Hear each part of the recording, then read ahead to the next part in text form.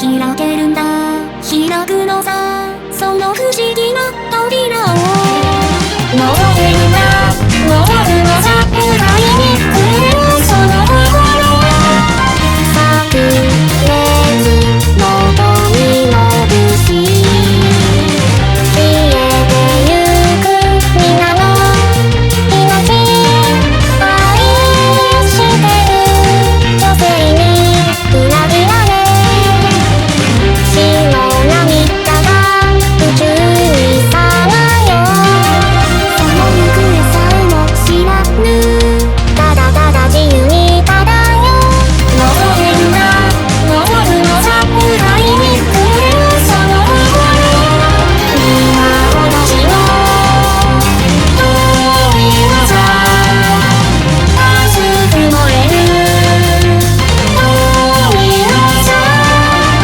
水の証遠い技敵を落とせ遠い技我らの遠い技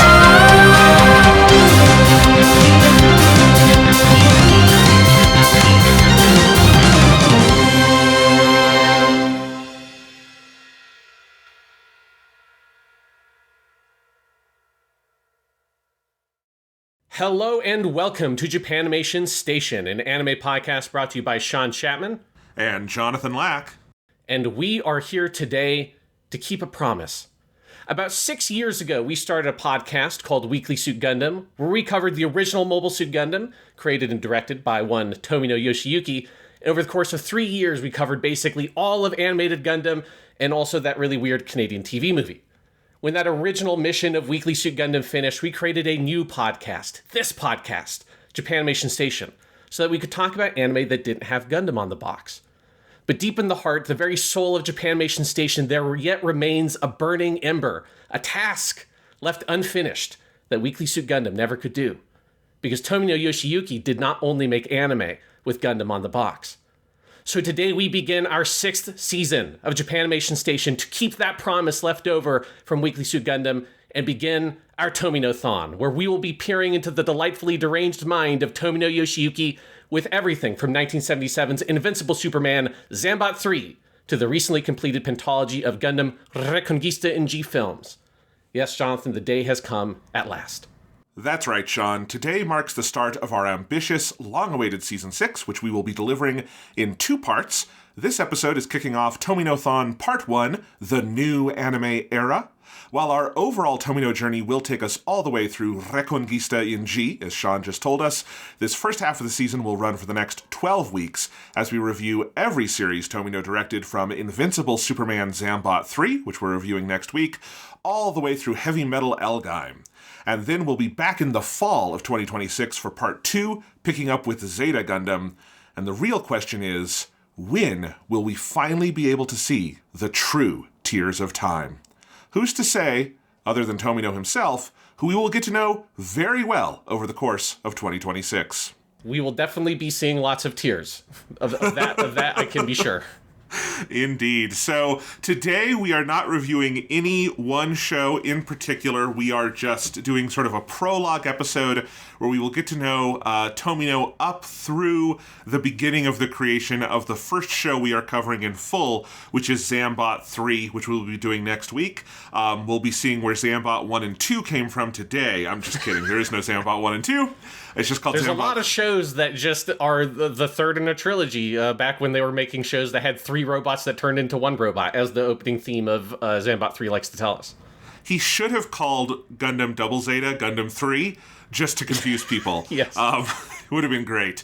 Anyway, yeah, so that is what we're doing today. We'll be talking a little bit about 2 shows he worked on. Mighty Atom, sometimes known as Astro Boy in the United States, and Triton of the Sea, Umino Triton. We'll be talking about those a little bit today. But yeah, today's going to be a fun little history lesson as we dive into the world of Yoshiyuki Tomino. Yes, because, you know, the thing with Tomino, as with anybody working in anime around this time, is it's kind of that, if you're talking about Tomino, you're just kind of talking about the birth of TV anime as you know it. Yes. which is one of the reasons why it's complicated doing a podcast diving into his stuff, is because some of his earliest stuff doesn't really exist or is not accessible, which is why we're specifically starting with Zambot 3. And so this episode can kind of address both, like, you know, the history of where he comes from and what kind of informed him into eventually getting into anime, but also hitting some of those shows that is not quite possible to really do a full podcast episode on.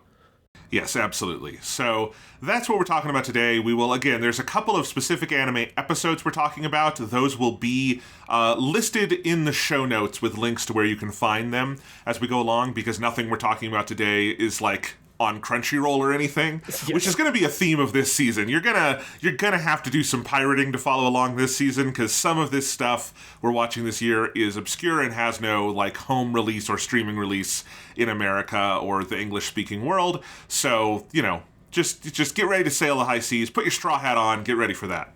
Yes, but it's fun because, you know, I got to stretch my Japanese skills because everything I watched for today's episode, I watched with no English subtitles and just in Japanese, because that was either the only version or the best version I could find online. Did you not watch the version of Umino Triton I gave you? Because that one, the subtitles they're so bad. It's so funny. No, oh my God. Yeah, I found my own one that had better quality, but it had no subtitles. But luckily, it's a show made for children, so I was able to follow along. I was able to follow along too, but it was clearly subtitles that I think were taken from some kind of machine translation, but then also transposed wrong. So a bunch of the words were either misspelled or they were different words that have similar spellings, and I would have to be like, what do they mean here? Oh, they mean he killed him, not he, like, killed him or something like crazy like that. It reminded me of the days of importing like Chinese bootleg DVDs of anime in like the early 2000s, where it would be machine translations of the Chinese subtitles of the Japanese. It was that kind of thing. Yes, it's like my DVD set of that Romance of the Three Kingdoms show is exactly like that. And then like every 3 episodes, like all of a sudden the font is different, or now it's in yellow when it used to be in white, and then now they're translating the names differently. It's a wild world out there when you go off the beaten path for your obscure foreign TV. Younger folks do not have any idea how good they have it with anime today. I always got to say that. We're of that generation. Anyway, yes, so that is what we are doing today. Sean, anything we should say before we get into what I have called the Tomy Notes? No, I'm very excited to go through the Tomy Notes. You were responsible for almost all the notes today. Like I handled Triton of the Sea because I ended up watching that whole show without even really intending to. Which we'll talk about that when we get to that section. But yes, you were in charge of the Tomy Notes, and I'm very excited to go through it. That's something fun we should just say we're doing this season is no one person is in charge this season. So we are going back and forth based on kind of who wants to take kind of that episode. So we kind of did that with season 5, but we had specifically chosen the shows. This one is more of a co-production in the notes. So that'll be fun. Yes. This season. Because neither of us have to take the full burden. Yes, yeah. The Q&A season was very fun to do, but it also was very exhausting to do. All right, so Tomy Notes. Let's begin. Tomino Yoshiyuki, the star of this season, was born in Odawara, Kanagawa in 1941, which is the same year as fellow future anime auteurs Miyazaki Hayao and Rin Taro. Miyazaki in particular, I think we're going to learn over the course of this episode and some future episodes, he and Tomino, while their work is so vastly different, I do think have a lot of similarities as creatives, particularly in their, shall we say, obsessive qualities behind the scenes. And so, maybe something was in the water. So Tomino's parents were in Odawara because his father was working as a chemical engineer at a munitions factory, developing pressure suits for Zero fighters, which is the obviously famous Japanese plane that was used in all sorts of attacks, including on Pearl Harbor and in Korea, and were later used for kamikaze attacks at the end of the war. In another parallel with Miyazaki Hayao, because Miyazaki's father produced parts for the Zero and other Japanese wartime aircraft, and of course Miyazaki later made a whole film about the Zero fighter, The Wind Rises. In any case, this gave Tomino an interest in science and engineering from a young age. He cites those pressure suits as an influence particularly on his later sci-fi works, which makes sense when you think about like how much of Gundam is about, get in your normal suit and all of that stuff, makes sense. However, Tomino's grades in math and science were poor, and he failed to enter a technical high school for engineering, so he instead focused on the humanities and began writing stories. As a child, he had been obsessed with Osamu Tezuka's Ambassador Atom manga, which was the precursor to Mighty Atom / Astro Boy. It had been serialized in the magazine Shonen in 1951, when Tomino was 9 or 10. Put a pin in that for later, because that would turn out to be a much bigger part of his life than I imagine he ever thought. So those influences led Tomino to consider being a painter, but he never had much skill at it. Tomino is in that group of anime directors who is not necessarily a visual artist in and of himself, or a major one. Kind of similar to like Takahata Isao, if you know the other Studio Ghibli co-founder. And so, yeah, he does not go into painting much. His interest shifts to filmmaking. When he is a young man, American sci-fi B-movies are sort of all the rage. Like Destination Moon is one he cites. It's from 1950, released in Japan in 1951, or a movie that I think is more familiar to people, Forbidden Planet from 1956. So yes, I'll say the second of the Astro Boy episodes we're talking about today is just wholesale taking designs from Forbidden Planet in terms of the suits and the look of the alien world they're on. I was like, this dude, fucking Tomino, has seen Forbidden Planet, and I had not seen this part in your notes when I watched that, so I did not literally know that. But it's like, yes, it's a very clear inspiration on some of that Astro Boy stuff. Yes. So for college, he attended the film department at Nihon University. He majored in directing while also writing screenplays. So he is a fellow film school bro. I have something in common with Tomino Yoshiyuki. Maybe there's a reason I connect with his work so clearly. In any case, Tomino's university years overlapped with the period of protests surrounding the United States-Japan Security Treaty. This period is known as the ANPO protests. They took place from 1959 to 1960, and that movement opposed the revision of the original 1952 Security Treaty that had ended the American occupation and would allow the U.S. to maintain military bases on Japanese soil. For those wondering, the etymology here, ANPO is a shortening of the Japanese term for security treaty, which is Anzen Hosho. And if you take the first kanji from those words in Anzen and Hosho, you read those kanji as ANPO, and that is why it is called the ANPO protests. And I think this is relevant to Tomino's later work in the same way most anime directors who come out of his age range are very touched by the cultural upheaval in this period. In the same way, you know, all of the 70s American films are very affected by, like, the 60s protests in America. It's the same kind of thing for Tomino and the kinds of people who start directing in earnest in the 70s. So the ANPO protests, for those who don't know, are the largest public protests in Japan's modern post-war history. At their height in June of 1960, hundreds of thousands were in the streets around the National Diet Building, and on June 15th, a violent clash with police led to the death of Tokyo University student Kanba Michiko. Although the protests failed to achieve their goal of stopping the new treaty, they did force the resignation of the conservative prime minister at the time, Kishi Nobusuke, and his cabinet, and the next PM, Ikeda Hayato, took a friendlier stance towards the opposition. Ikeda shelved Kishi's plans to revise the Japanese constitution and redirected political energy towards domestic economic growth, which very much, you know, paves the way for sort of the next era of Japanese history.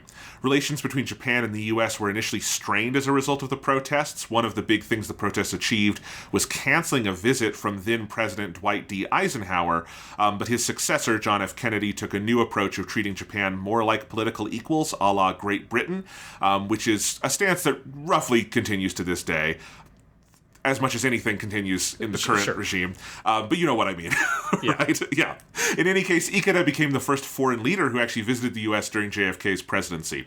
And moreover, the ANPO protests had massive cultural influence. The films of the Japanese New Wave, which we've talked about before in the Loop on the Third season or several times last year, those are substantially influenced by the political unrest. Like, there's a whole subsect of Japanese New Wave films like Eros Plus Massacre that revisit early 20th century protests as a way of commenting on mid-20th century protests.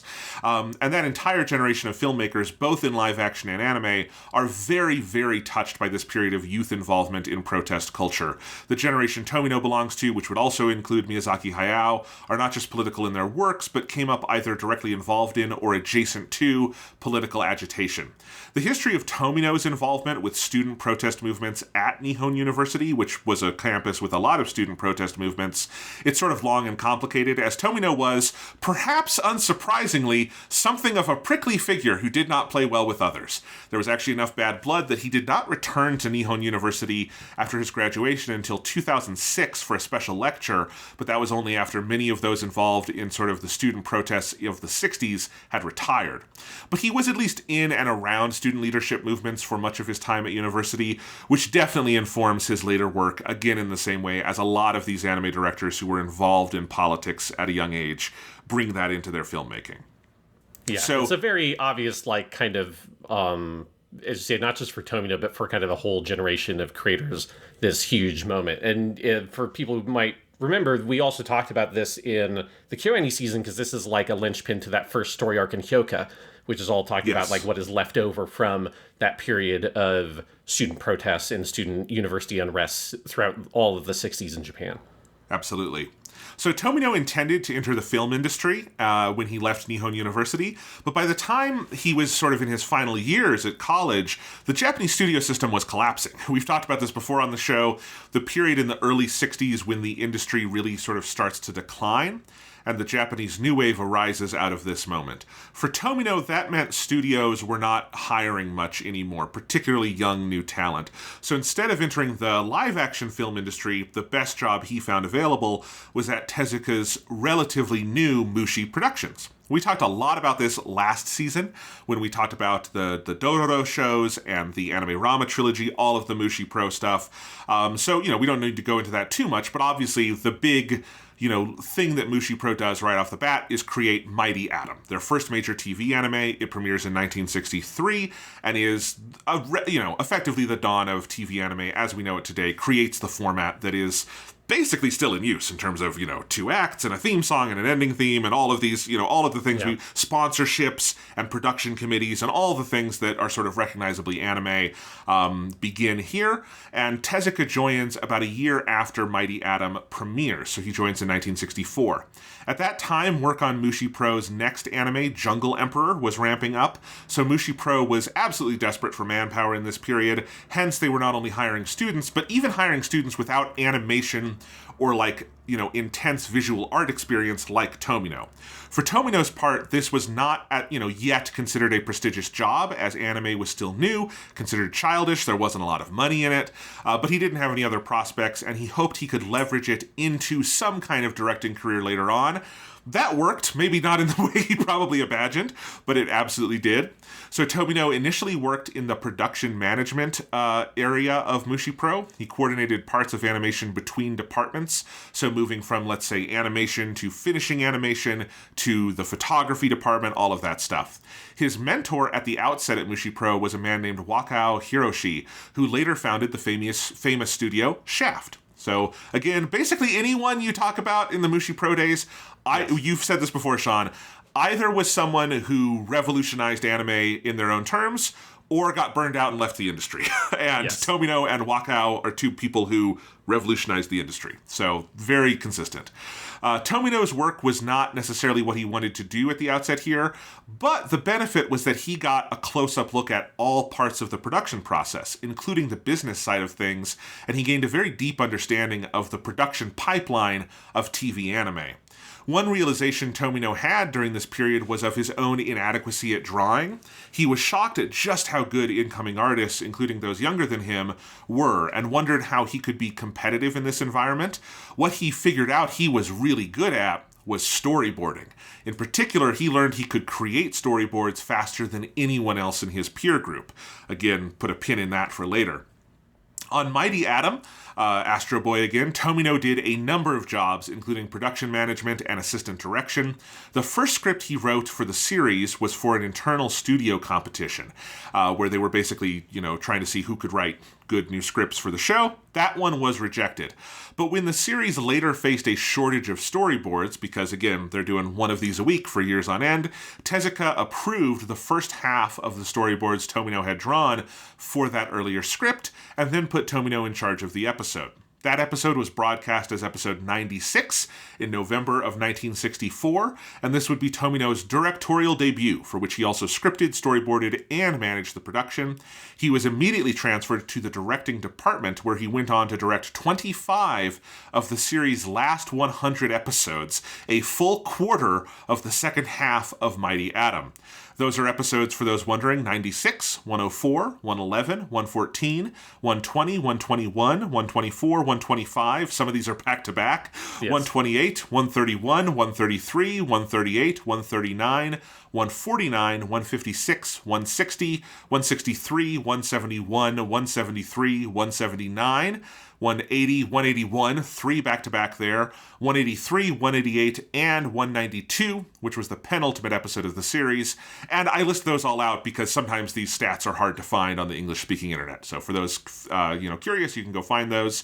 The English localization of Mighty Atom, known as Astro Boy, only produced 104 episodes, and most of Tomino's work was as a result not included in the dub and is only in the Japanese versions.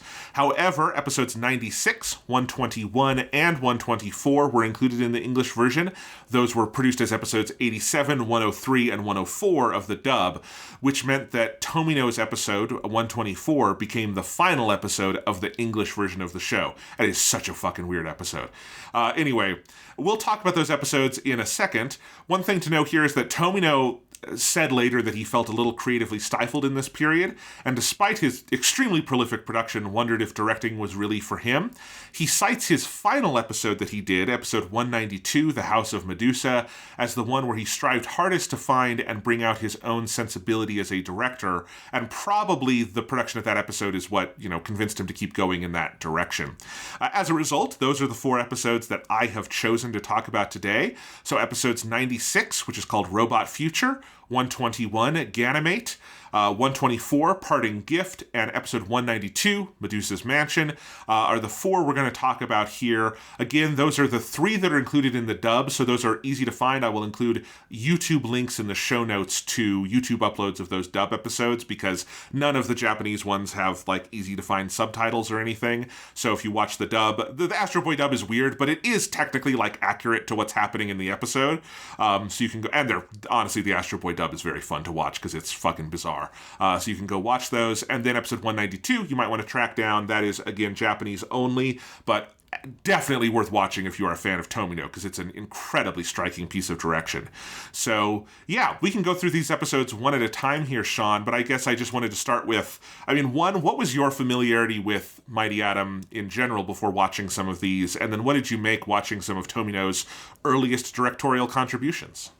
Yeah, I definitely have memories of having seen Astro Boy stuff, right? Obviously, at the time would not have thought of it as Tetsuwan Atom or Mighty Atom, because it was, very famous, Yes. It was something, it's a very kind of iconic character. So I definitely had, a vague mental impression of part of what I, realized again on watching these, which is he's basically just a little robot Superman, in terms Yes. of, how the character functions in these stories. They're very much like old Superman stories. But yeah, I've never had a huge attachment to Astro Boy / Tetsuwan Atom. This is the first time I've ever seen it in my adult life. And the first time I ever watched it in Japanese.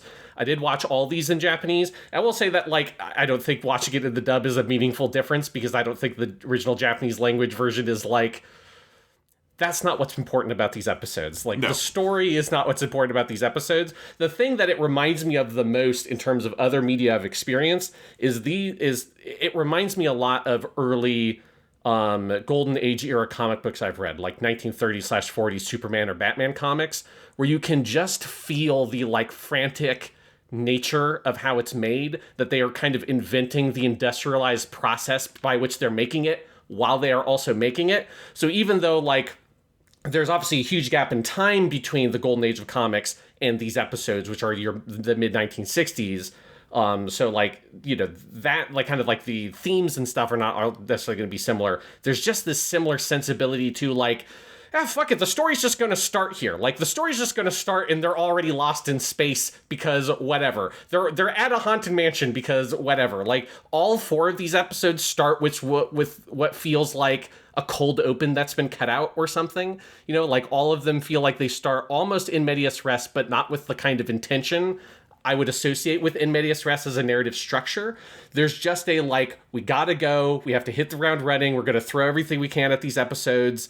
It's gonna be like, the plot's going to be barely intelligible. And I'm not saying that because I watched it in Japanese without English subtitles. I don't think it matters which version or your level of expertise in Japanese. There's just a, like, it's about the visuals and the action is kind of feels like what is most important. And then they'll throw in some random exposition in places to try to patch over whatever gaps in the story exist. I think that's true of all 4 of the episodes. So I found that just very interesting because it just reminds me so much of if you read any Golden Age comics, they have the exact same feeling to them, where it feels like chunks of what you'd normally consider a regular structure for the story are just kind of missing, almost seemingly haphazardly. There's just like lots of visual action that's very arresting, and then a huge block of text that's trying to explain the context for everything you just looked at. It's just got that quality to it that I find very amusing.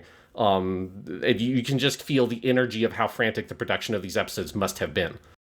Well, and also, Tezuka had read those comics that you're talking about. Like, Tezuka, Yes. as an artist, and we talked about this last season, was extremely informed by American comics that he read that, like, maybe were written in the 30s and early 40s, but he probably would have seen post-war, like stuff like that, right? Mm-hmm. Like, or some of it would have come before the war, but obviously during the war, all of that was shut off. In any case, Tezuka loved that stuff. That informs this stuff. Yeah, I have seen a little more Astro Boy than I think you have, Sean, because I did some research on it during my doctoral program. And I do own the DVD box set Right Stuff put out a couple years ago that was intended to be the first of 2 sets, and then the Crunchyroll sale happened and we never got the second set, which is kind of a tragedy, but it was collecting the entire dub version, but in very good, like, archival quality with notes and stuff like that, and I've watched some of that, and, it's an incredibly, as you say, it's a weird show. It doesn't, quote-unquote, hold up in the way like some other stuff holds up, but I do think it's very charming, and I do think you understand why it was revolutionary, because all those qualities you're saying, Sean, also means that these episodes fly the fuck by. They're kind of hard to look away from, even when the animation is effectively a slideshow at parts. Like, I mean, the animation, saying this is limited animation, like, it goes beyond that. Like, Tetsuwan Atom was a low budget thing, especially when and I've talked about this before, like, the number of drawings they did in some of these episodes is so hilariously low. But I do think there is this, like, bravura, like, insane kind of quality to it that is really fun to watch. And I also think for a young director like Tomino was an interesting playground to try things out, because all of these episodes have certain moments where you go, oh my god, that's him. And a lot of it feels just more like, okay, this is just an Astro Boy episode, but you'll just have these little bits, because I think there's so much kind of room for, like, expression in what's going on here, and that's kind of fun to see. Yeah, but I also think it's like Tomino's very fast, raw style just fits so perfectly, that I think it's just like, it makes sense that he ended up kind of dominating the second half of the production of this show, because I think it just so suits his sensibilities as a creator. And that's one of the things that's kind of interesting about watching it. As you say, that like there are specific moments in, like, choices of shots and stuff like that will jump out at you as being fairly Tomino-esque. But it's also just the larger energy of Astro Boy just kind of matches, him, that it's like, if you watch, like, Rekengisa in G, like, if you're not paying 100% attention, you will have lost the entire plot of what you're looking at. Right. There, obviously, it's much more skillful, and it's much more intentional, and it's much more packed with meaning and stuff. But that energy has never really left his work from the beginning to the end, I feel. And so it makes sense that Astro Boy would be this kind of place where he would flourish as a creator and kind of come into his own. And, I've been doing a lot of research for a class I'm teaching kind of in the background while we've been working on this season on Miyazaki Hayao and Takahata Isao and kind of the Ghibli crew. And I do think it's a fascinating contrast when you look at particularly Miyazaki versus Tomino, because Tomino gets this they both come in on the ground floor of anime. Miyazaki is over in the Toei sort of side of the world. Tomino is over here in the TV Mushi Pro side, but they both come in effectively on the ground floor. They both get a taste of TV early on, And Tomino kind of takes to it like a fish to water. Tomino has been a TV director his entire career. He's done a couple of movies, although his movies are all extensions of his TV work. But he is a TV guy, and he flourishes there for, I think, some of the reasons you're saying, Sean, that like it is like the right medium for the way his brain works and the way he can like compress time and do all these crazy stories. And, you know, Miyazaki worked on a lot of TV shows. He only directed one in its entirety, which is Future Boy Conan. And I think Future Boy Conan is a really great and interesting show in a lot of ways, but I also think you see the ways Miyazaki just was fundamentally uncomfortable with like the way TV works in its pacing and everything, and I think there's a very clear reason why he never went back to it after that. There's other reasons as well, but I do think it's kind of fun to hold them up against each other and see, because I think you see, even as you're saying in these Astro Boy episodes, why Tomino, despite all the frustrations that came with doing TV in this period, and again, a lot of other people in his peer group who were probably just as talented in a lot of ways, burned out and never worked on anime again, and Tomino could kind of never stop taking those hits, because I just think there's something addictive to it for him, and you can see it in the work. Yes, absolutely. Like, because again, it's just funny when you think about, you go all the way to something like Rekken Senji, which is decades later, but he still keeps alive the spirit of, like, at the end of the episode, the main character gets into the mobile suit and goes out and fights, and maybe he wins the day. There it gets a little bit more complicated of, like, it's not always just going to be, we're going to play the fanfare and it's over.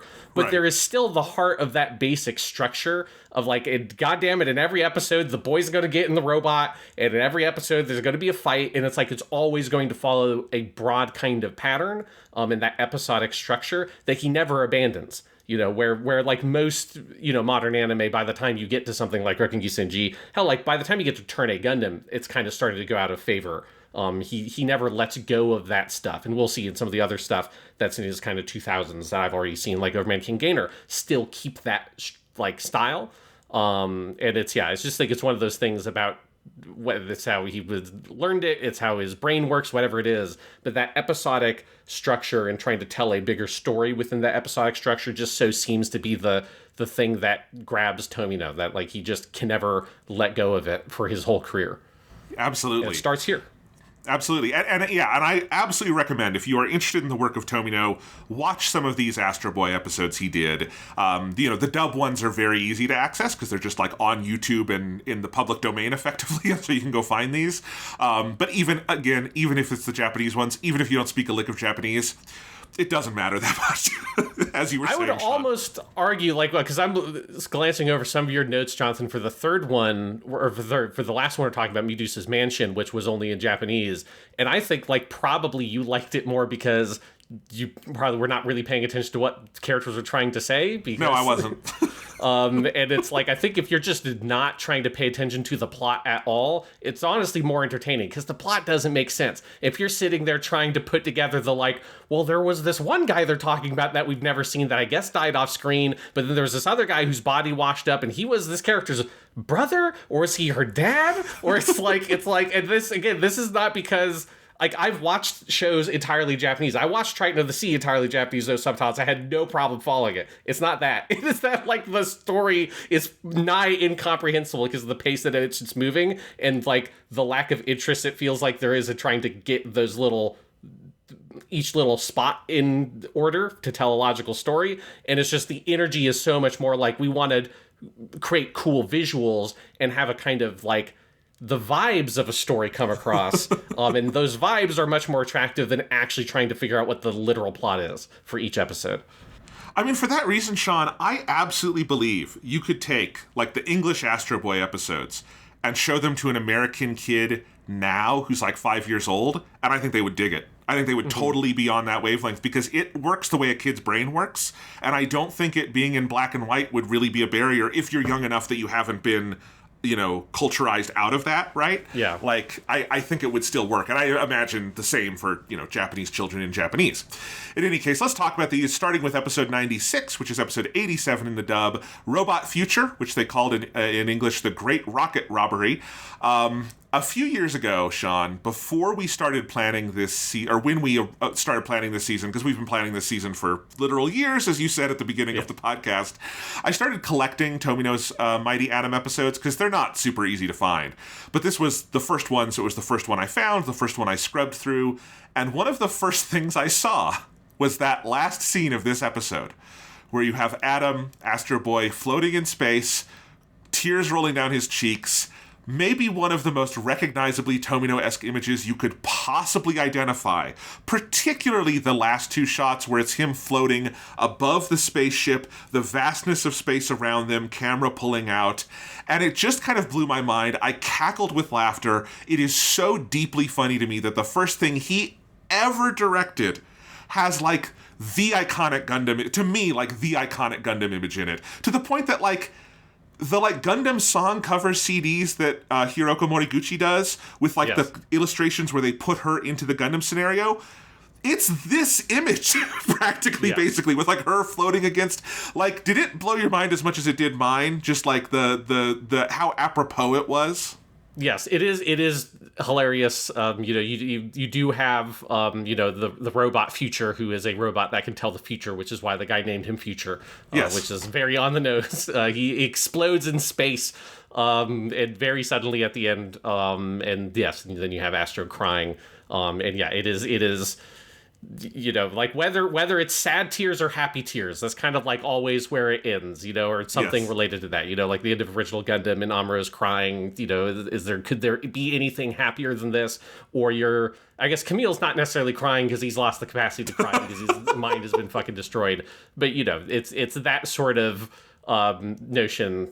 And yes, it is such a recurring image in his work. It is very amusing. Or, when we're thinking about Triton of the Sea, there are a lot of episodes of Triton of the Sea that end with Triton. He's not in space because he's in the water, but he is crying because there's a lot of people that die almost every other episode of Triton of the Sea.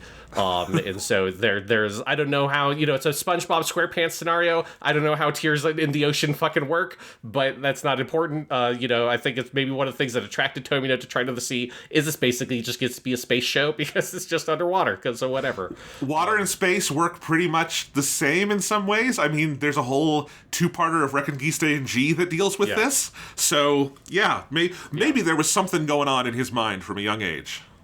Yeah, but it definitely is just the Ur image of Tomino's work is someone floating in space and crying, or something connected to that idea. Yes. For the most part, this episode is not super identifiable as Tomino. Understandably so. This wasn't even entirely his script or storyboard, at least to start. But you can pretty clearly pinpoint where it is his. A few bursts of action that are done mostly in stills, but with this sort of rapid alteration that creates these Soviet montage-style juxtapositions. The fact that Tomino went to film school is so apparent in his work, particularly in the way he does editing and his clear knowledge of, I would say, Soviet-style editing that continues all the way through, again, Reconquista and G. These quick, violent cuts, that's really clearly Tomino. And then that ending are just 100% him. It's a fun episode overall. I like the plot of this one. I like the Future character. It's honestly, of these four, the most coherent as a story by far. So it's a good one to watch. It's clearly this one is, while there are those key moments, it's less over, moment to moment, oh my god, this is him, than I think, again, as you said, Sean, his sensibility working well within the sort of Astro Boy framework. Yes, it did amuse me when I was thinking about realizing that, right, Astro Boy is basically just Superman, is that this episode does open with Astro Boy saving a train that's about to get derailed, which is the most Superman thing ever. Nowadays, I guess you kind of do they like to do, he stops a falling airplane. But the classic Superman thing to do is there's a train somewhere that's about to get derailed, and he planks basically between the two destroyed parts, and the train goes over him, or he lifts it up, puts it back on the tracks. He puts the fucking rails together and eye lasers them together. It's Superman the movie does all of that, right? Yes. Yeah, so it's the most Superman thing to do, and I did think it was very, very funny that the first one we watched is yep, that's the first thing he's doing, is he saves a train that's about to be derailed. Right, it's Japanese Superman, Astro Boy, let's go. Yes. The next episode we watched, episode 121, 103 in the dub, it's called Ganymede, or Prisoners in Space. You know, where the previous episode had some of Tomino's stylistic and editorial tics on display, this one to me feels like an early example of the way he compresses massive amounts of story into short run times. Yes. Obviously related to the whole sort of golden age sensibility you're talking about, Sean, but more than any of the other 4 we watched, this one is so whiplashy. Like, it just moves like a freight train from plot point to plot point, setting to setting. It's tough to even figure out the plot. They go to like a dozen planets in this one. They meet a bunch of aliens. I couldn't tell you one goddamn thing that happened in it, but it's fascinating to me. It just moves, like, you can't look away from it because it moves so fucking fast. You know, and I think this is the kind of bucking bronco storytelling Tomino likes. He will obviously get better at over time. I think I particularly, this made me think of his Dororo episode, the Demon Horse one, and how, like, that's what, probably about 5 years after this one. And by even in that, you know, short amount of time, he is so good at doing this kind of thing. But this one is more confusing than anything, but still in a way that is very fun to watch. Yeah, this is the one that also is just completely Forbidden Planet aesthetically, Yes. just like the look of the spaceships. It's the look of the planet that they land on. It's just totally the alien planet from Forbidden Planet, which is very funny. But yes, the plot of this one is totally incomprehensible. This one, I love that it just starts with they're in space, and Ochanomizu Hakase, the guy he's not the guy who made Astro Boy, but he's like the guy who's the good scientist dude who's with Astro Boy. Yes. You know, we don't have to get into all that. But he's Dr. Pachydermis J. Elepham in the dub, which is such a great name. Oh, I love, because he's got a pun name in Japanese too. It's basically Dr. T. Water. And so they gave him a pun name in English. And honestly, I think it's a great pun name, the Pachydermis J. Elepham, which means they're always running around the other. Dr. Elepham is great. Yes, it's no more silly than in the Japanese of them being Ochanomizu Hakase. Yeah. It's just always like it's a very weird name to hear all the time. But I love that they're just in space and he's just explaining to Astro Boy at the beginning. It's like, yeah, and we've come out so far that we can't possibly get back home to Earth. I'm like, that's where the episode starts. Like, what? How did you get in this scenario? Like, what the fuck happened? Again, it feels like you're watching an episode of like modern Doctor Who, but you cut out the cold opening. You know, it's like, how did we get into this situation in the first place? That's very weird. But then they get picked up by a dude who's like an astronaut, and he doesn't want to go back to Earth because he needs to go to this planet, but there's aliens on the planet, and he hates Earth, but he doesn't hate Earth because that's where his wife and kid are, but he does hate Earth. It's like that, the main other, like the guest star of the episode's motivations just changed on a fucking dime over and over again. I could not possibly follow it. And so like that aspect of the episode, totally incomprehensible. But as I say, like just the vibes and the aesthetic, the look of it, the aliens, all that shit I was way into. But I could not figure out what the fuck the story was supposed to be about.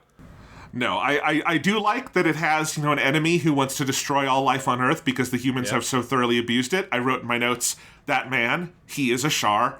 Kind of. He honestly changes allegiances in this one episode more than Char does in the entire run of Mobile Suit Gundam, which is funny because Char does it a lot, but this dude does it a lot in 20 minutes.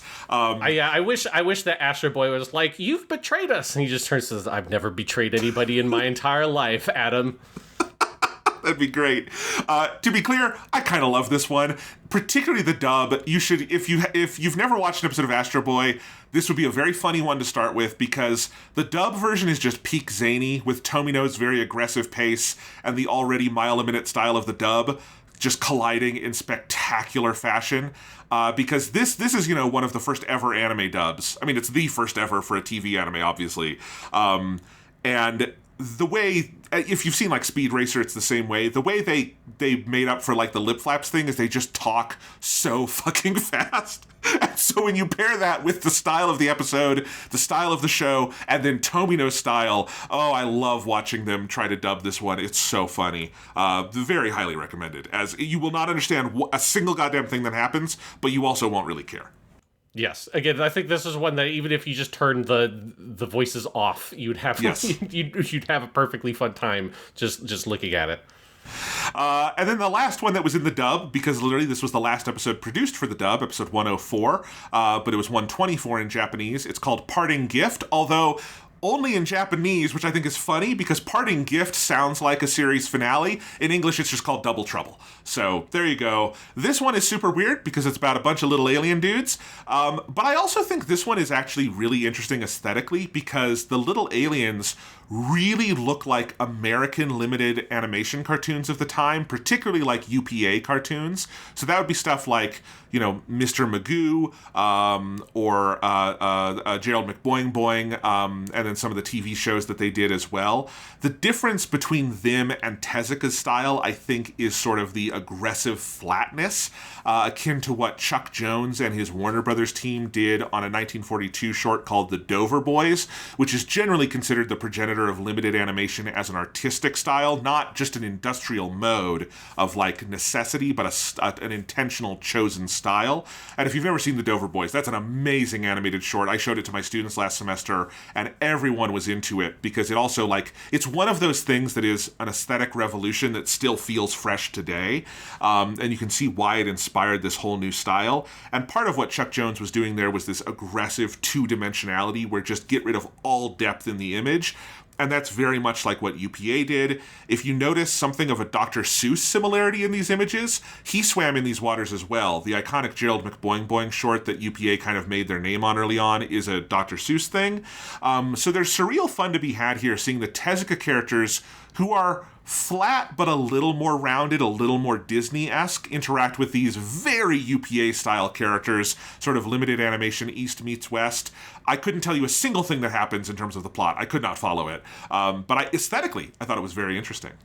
I think this is actually probably my favorite episode of these, because maybe this is one where watching it in Japanese, it was easier to follow, because this is probably the most comprehensible of any of the episodes we watched, because it's a comedy, right? Like, I think that's one thing that was fun about it, was getting an episode that's not just a, like, we're going to go fight the bad guys kind of thing, but it is more of a, it's a goof. And it's honestly, it's a shockingly relevant satire today. It's maybe a more relevant satire now than it was at the time, because the entire plot is about these aliens who come to Earth, that are little tiny alien guys, which is a funny little gag when the little alien guys get out of their little alien ship. But then they leave behind, as the parting gift in the Japanese title, they're like, we will share our robot technology with you. And at first, like, oh, we're not going to build any stupid fucking alien robots. But they're like, sure, let's give it a shot. And the alien robots, so the Earth robots, right, like Astro, right, they're just basically people. But the alien robots are what we think of as robots. They're like servants. And so they just do whatever you ask them to do. And so they start, so Professor Ochanamizu builds the space robot, and it's like, well, I'm going to do everything. You can just relax, Professor. Like, I'll do everything. And so he's relaxing. And then he goes on a fucking vacation. The space robot has taken over his job. And so another robot engineer guy comes and he's like, well, we want to build more space robots. And so the space robot's like, yes, that would be for the good of humanity. And he is like, yes, build more space robots. And eventually every important person, the police chief, everybody has a robot double that's doing the job of that person. And so the robots take over all of society because it's all just the robots. And there's this amazing, my favorite scene is there's a scene where Astro goes to the classroom and he's peering into the classroom, and it's a classroom of robot doubles of all of the kids. And the teacher's taking attendance, and they're like, here, it's like, no, if it's a double, you can't say this. It's like, I'm here. It's like, shucks. And the teacher, you see that the teacher is also one of the robot doubles. And so it is like, in our AI driven society, it's like a weirdly poignant parody about the, like, we offloading all of your thinking to a machine that is posing as you, and then slowly those machines take over, and so then they have to fight the machines at the end of the episode.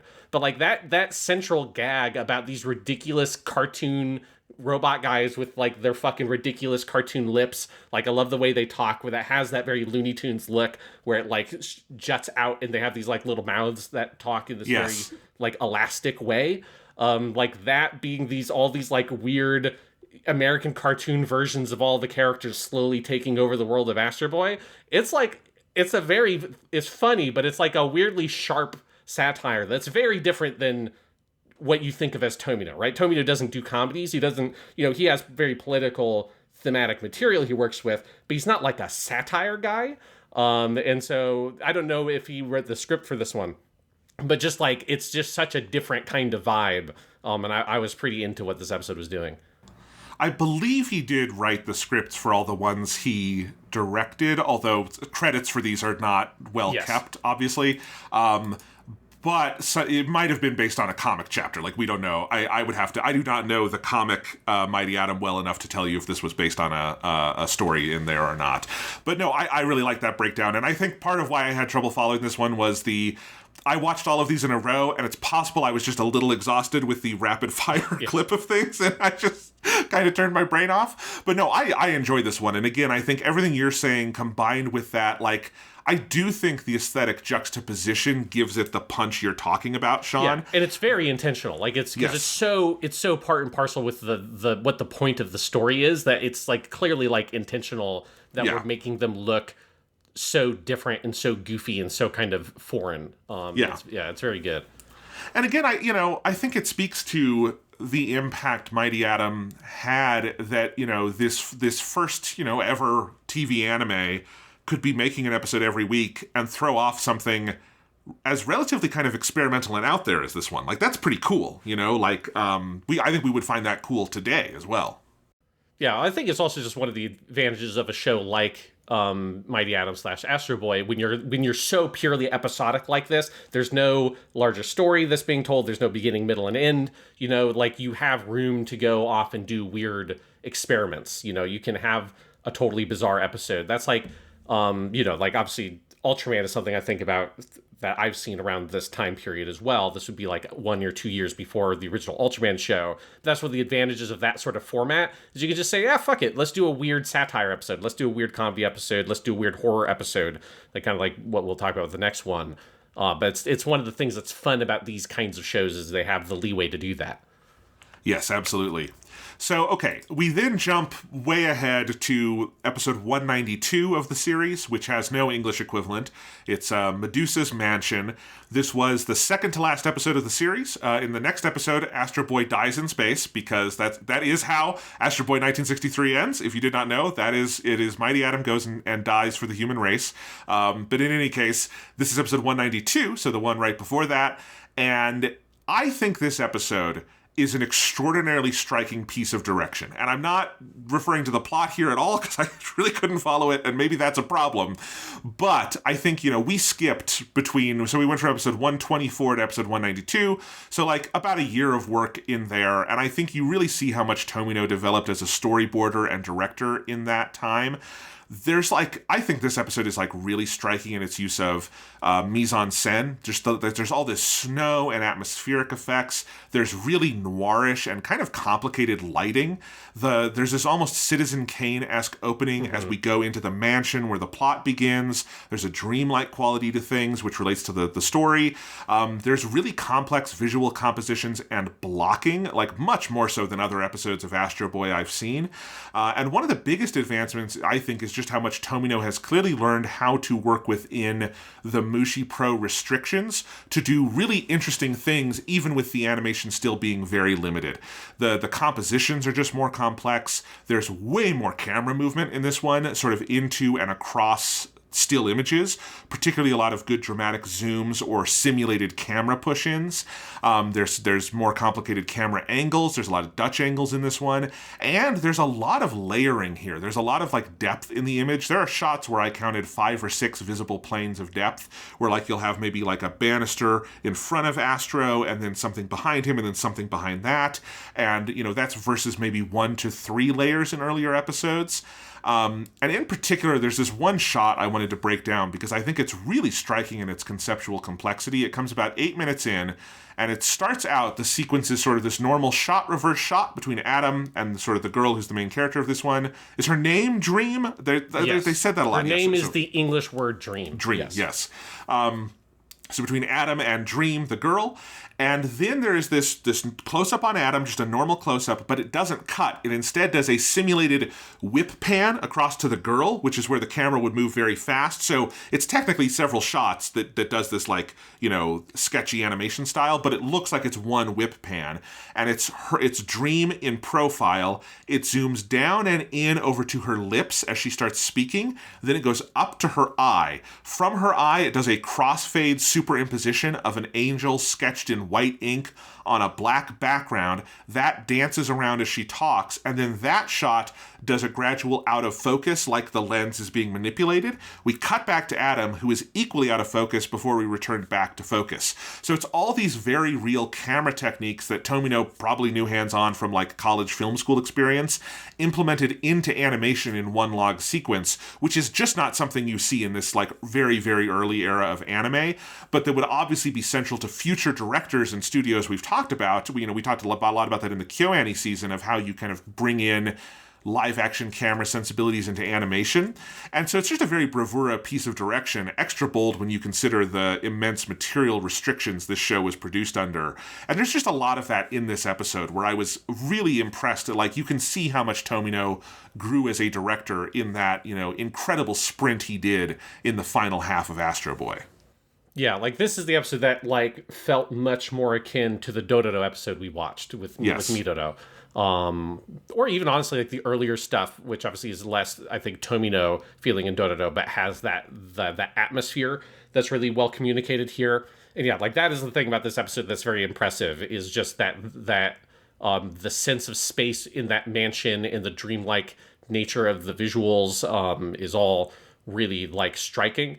It is, when you're trying to actually follow the plot, it becomes a lot more like there's at least 2 people had been murdered. Their relationship to Dream is a little bit confusing. She's like a cyborg. That was one of the guy's daughter. He turned her into a cyborg, but she has a brother who's Siegfried, and he's the one who's in the Medusa box, and he comes out, but like, if she's awake, he's asleep, but if he's awake, she's asleep, but they can both be awake at the same time in the water, because when they're in the water in the lake at the end, it like short circuits the electricity stuff, and so they can both be awake, and that's how they get to live in the water. And then Astro blows up the hill that their house is on and sinks the house into the lake so that they can live in their very wet house as cyborgs in the lake. It's like, when you try to follow the plot, it's really complicated and kind of strange. But I do like, there's this very strange sort of like mixing of mythological names and imagery that are in there as well. Like, it's called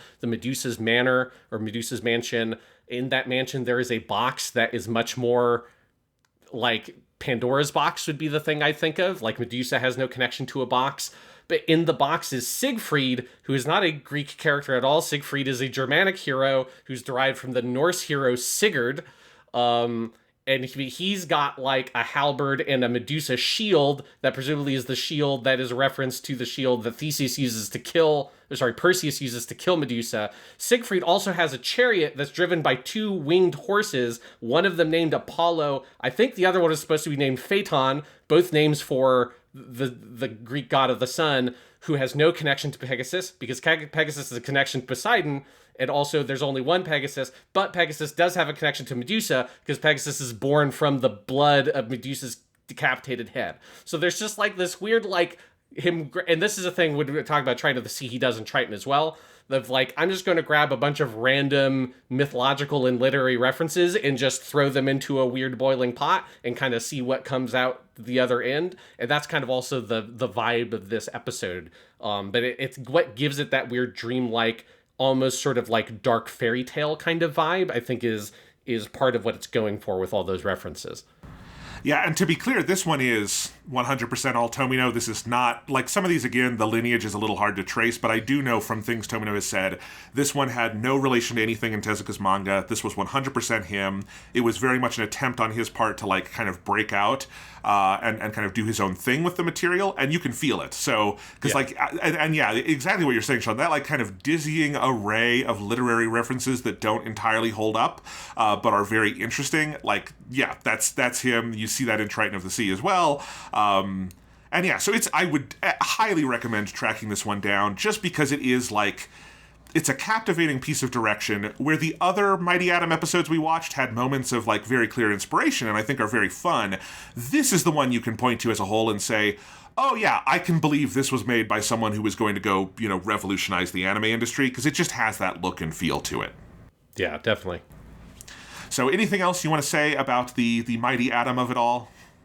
It was fun to watch. It was also fun to watch just from the perspective of someone just dipping in and being like, oh, now he's got like a weird robot brother that Yes. and all that. Like, because some of this is stuff I vaguely knew of. Like, right, he's got a whole like robot family was a thing I vaguely knew, but it's just fun to see like randomly new characters just sort of like appearing out of nowhere because you're not watching the episodes in sequence. But it also doesn't matter because in none of the episodes we watched were any of those characters ever involved in any notable way. But it was just like, oh, there's just like another person that's in the crowd of people who are standing in the background of episodes. Like there's just something fun. I don't usually watch shows that way. Nobody watches shows that way these days because you don't have regular network TV that you just turn on and see a random episode. So there's something fun about just plucking out random episodes of a show to watch. Absolutely. So returning to the Tomy notes and the history, Mushi Pro was infamously a shit show in this period. Oh, yeah. We talked about that last season. And it was not just because of the insanely tight budgets and deadlines. The production of Jungle Emperor over in the other side of the studio, that was under Japanimation Station Hall of Famer Yamamoto Eiichi, who we talked about a lot last season. And that production led to the creation of a labor union and Tezuka freezing out all university graduates like Tomino from the creation of that series, probably under the belief that, people who had a college background were more likely to be agitators for obvious reasons. This is part, and because of all the student unrest in the period that these people had come out of, right? Also, very specifically, Tomino would have been an agitator. Yes, yes, he would have. One way or another, that was probably a canny choice by Tezuka to be like, I don't want this dude on this project right now. I can't deal with that. Yes. So this is part of why Tomino felt a little stifled on Mighty Atom. Jungle Emperor, which was the Color's first color series, was considered the more interesting production to those on staff. And Tomino, like many others in this period, also bristled at the lack of opportunities for more dynamic motion and movement in the animation, as Tezuka kept the number of drawings to such a minimum. So after Mighty Atom, Tomino directed 4 episodes of Princess Knight, which were his first episodes of anime in color, and that's another classic show. But he soon left Mushi Pro in 1967, and then he bounced around for a number of years. First, he was at a small studio called Shino Productions, which was where he worked on commercial animation, so animating stuff for, agencies, advertising campaigns, that sort of stuff. He felt even more creatively stifled there for obvious reasons, so he soon began doing freelance work, mainly as a storyboard artist. So going back to that idea that he realized he could do storyboards really fast, really efficiently, and in this freelance period, he became so wildly prolific that he became known in the industry as anime's wandering storyboard man. His work wasn't necessarily always held in high regard, but he could turn out acceptable storyboards very quickly, and so he wound up working on a little bit of everything over the next few years. He began directing in the 70s with Triton of the Sea, and we'll talk about that more in a bit. But the bulk of his work in the 1970s is on storyboarding on a truly massive number of series. When he married his wife in 1971, he was even working on storyboards on their wedding day.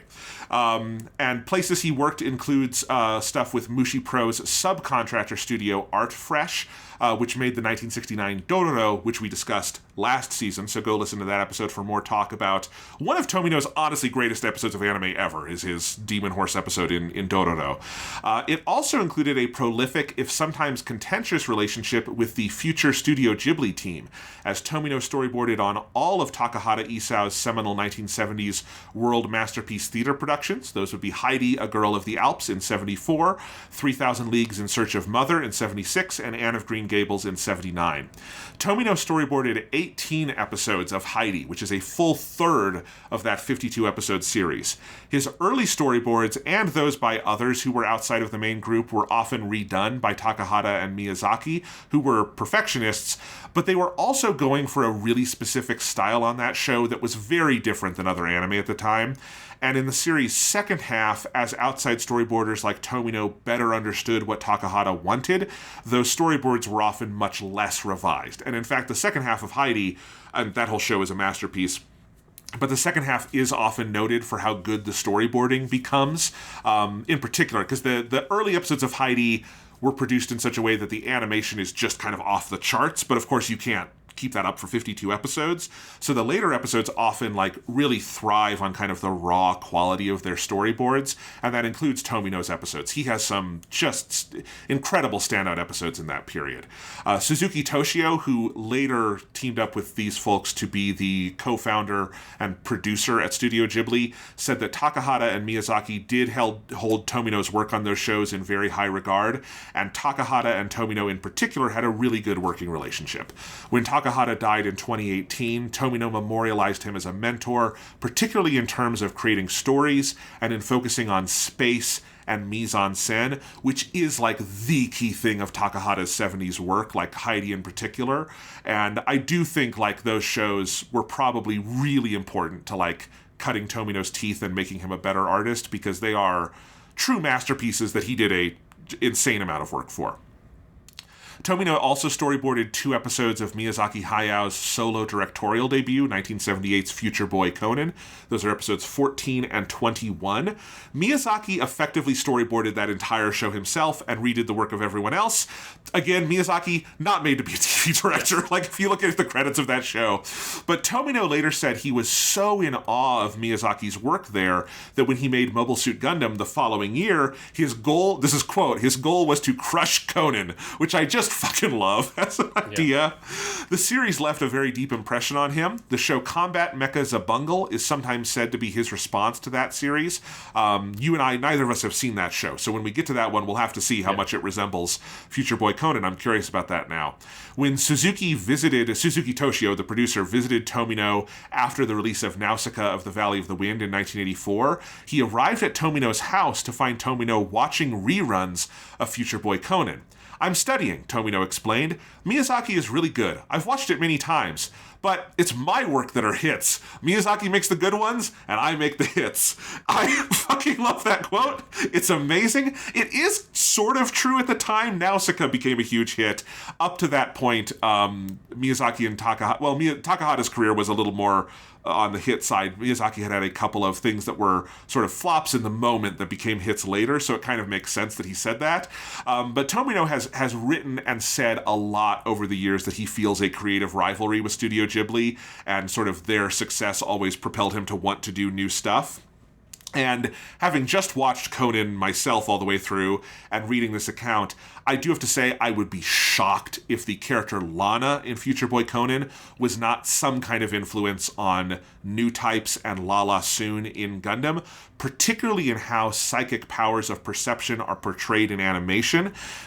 Possibly the best and most impactful scene of Future Boy Conan comes in its final episode, where Lana fully embraces her powers because she has these kind of like telekinesis powers, and she flies through the eyes of a white bird to go find Conan in the ocean. It's a scene that bears more than a passing resemblance to Lala's introduction in Gundam with the swan and the superimpositions and stuff. And so knowing the way Tomino held that series in regard, and that Gundam was 1 year later, it's a fun connection to go back and discover in that series.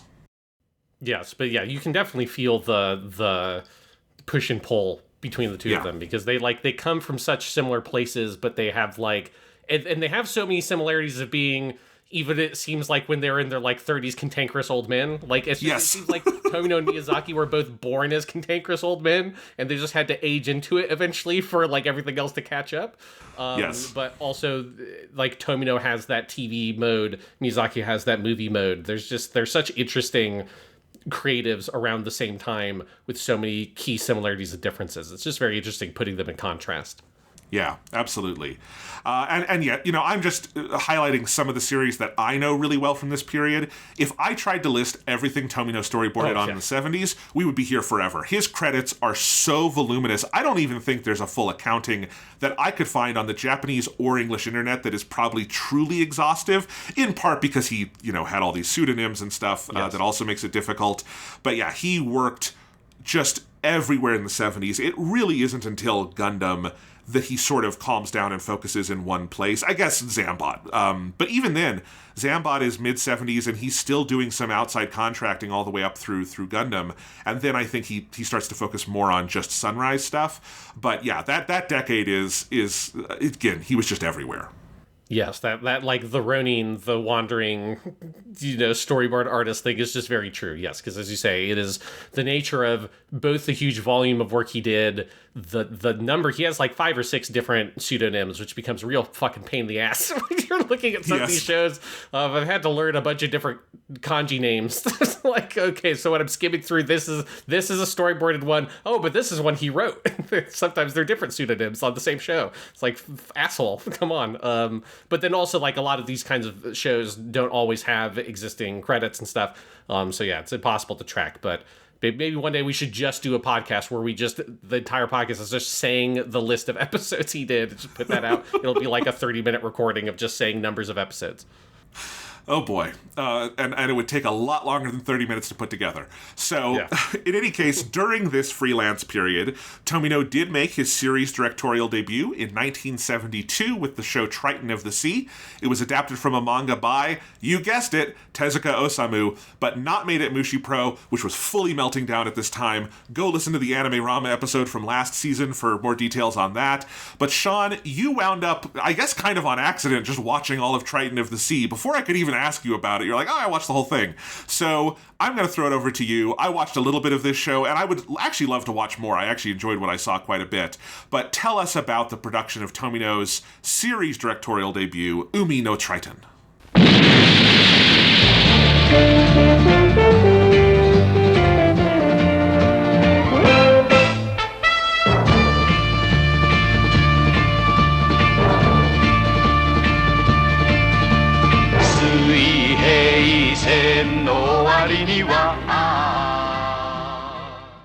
Thanks for listening to Japanimation Station. If you're enjoying the show, please remember to like and subscribe, leave a review on Apple Podcasts or Spotify, and tell your friends. You can also find us over at the Purely Academic Podcast, our potentially educational variety show where we talk video games, movies, TV, and more every month.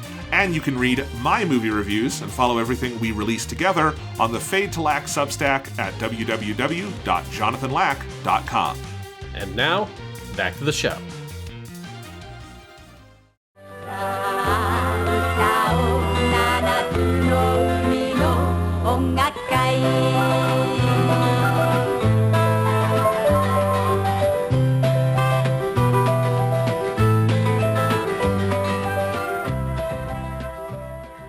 All right, so Triton of the Sea, I did end up watching this whole show, not even necessarily intentionally, but you were doing your Heidi Girl the Alps stuff, and I was like, I'll watch some Triton to see, like, we weren't sure how much we wanted to cover of the show, and I just kind of ended up very slowly watching the whole thing. So let's go through the history of Triton of the Sea, and then I had you watch a couple episodes, and we'll kind of talk about the show. But Triton of the Sea is, nominally speaking, an adaptation of Tezuka's manga called Triton of the Sea, though the manga was originally called Ao no Triton, or Blue Triton, but it changed its name later to match the anime, which had the title Triton of the Sea. And that adaptation was started by a guy named Nishizaki Yoshinobu, who was a manager/producer at Tezuka Productions.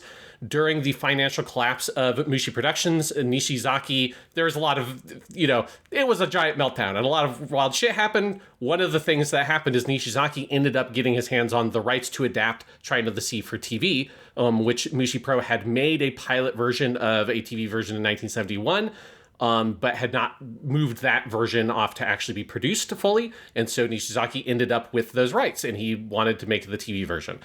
This was Nishizaki's first role as a producer for an anime, but he would be later much better known in his kind of most famous anime credit is he is the quote-unquote original creator, or Gen-on is the Japanese credit there for Space Battleship Yamato. Obviously, Yamato was made like by a whole group of people, but he was like the guy who had the original idea for Yamato, basically.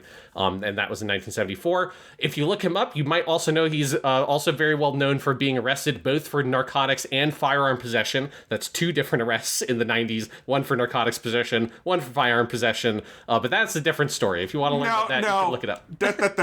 No, I have to give these stats, Sean. I'm sorry. Okay. I looked up what I read. It's too good. As I don't know when else we're going to have time to tell this story, so just this is the quick version because it's too funny. Okay, December 2nd, 1997, he is stopped on the Tomei Expressway in Shizuoka for driving suspiciously. Police find inside his attaché case 50 grams of stimulants, 7 grams of morphine, and 9 grams of marijuana. While on bail, he went to the Philippines on his English-registered cruiser, the Ocean 9. He returned to smuggle in an M16 with an M203 grenade launcher, a Glock 17, and a large amount of ammunition, and he was then in 1999 sentenced to 2 years and 8 months in prison for the narcotics possession charge. Later in February 1999, days after that sentence was handed down, he was arrested after a handgun, 131 bullets, and 20 grams of stimulants were seized from his house. And then he voluntarily submitted 2 automatic rifles, 1,800 bullets, and 30 howitzer shells kept in a station wagon in his garage. He finally got out of prison in 2007. He then died on November 7th, 2010, after drowning when he suffered a heart attack after falling off the research steamboat named Yamato. Yeah. I'm sorry. He had an interesting life. Yeah. Just, wow. Anyways, he's not all that important to this, but, you know, he is where he somehow he got his hands on the fucking rights to make a TV version of Triton in the early 70s, when everything around Tezuka was just kind of melting down because it was all madness, and he wanted to make the TV series, and then later in his life he would do a bunch of fucking wild shit. Nishizaki brought on Tomino as a first-time series director. So Triton of the Sea, Umi no Toriton, this is Tomino's first time directing an entire TV show of his own accord. And the show was being produced by the company Asahi Film, although when you look at it, the actual work was really done by Toei Doga. This is that, if you remember from KyoAni, that gross uke idea of, you know, subcontracting a studio to do the vast majority of the work. That is this situation. So really, it's the bulk of it is properly made by Toei Doga people. Tomino's first move in adapting Triton of the Sea was basically to say, fuck this, I'm not adapting Triton of the Sea. He discarded virtually every single thing about the source material, aside from that there's an Aqualad-esque hero character named Toriton or Triton. It's hard for me to call him Triton because they say his name, Toriton, about 1 billion times in every single episode of Triton of the Sea. So I'll try to remember to just call him Triton and not Toriton.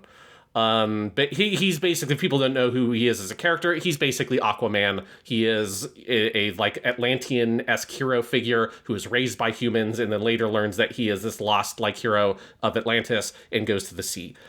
There's also in both versions a bad guy who is called Poseidon, though what Poseidon is completely different in both design and narrative, but the name Poseidon is retained across both versions.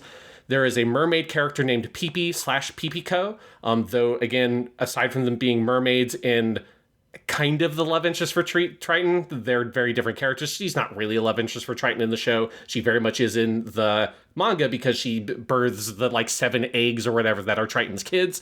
And then also there are some dolphins, including my favorite character, Dolphin Mama Ruka, who is like the dolphin that goes and kind of raises Triton into the hero after he goes back into the ocean.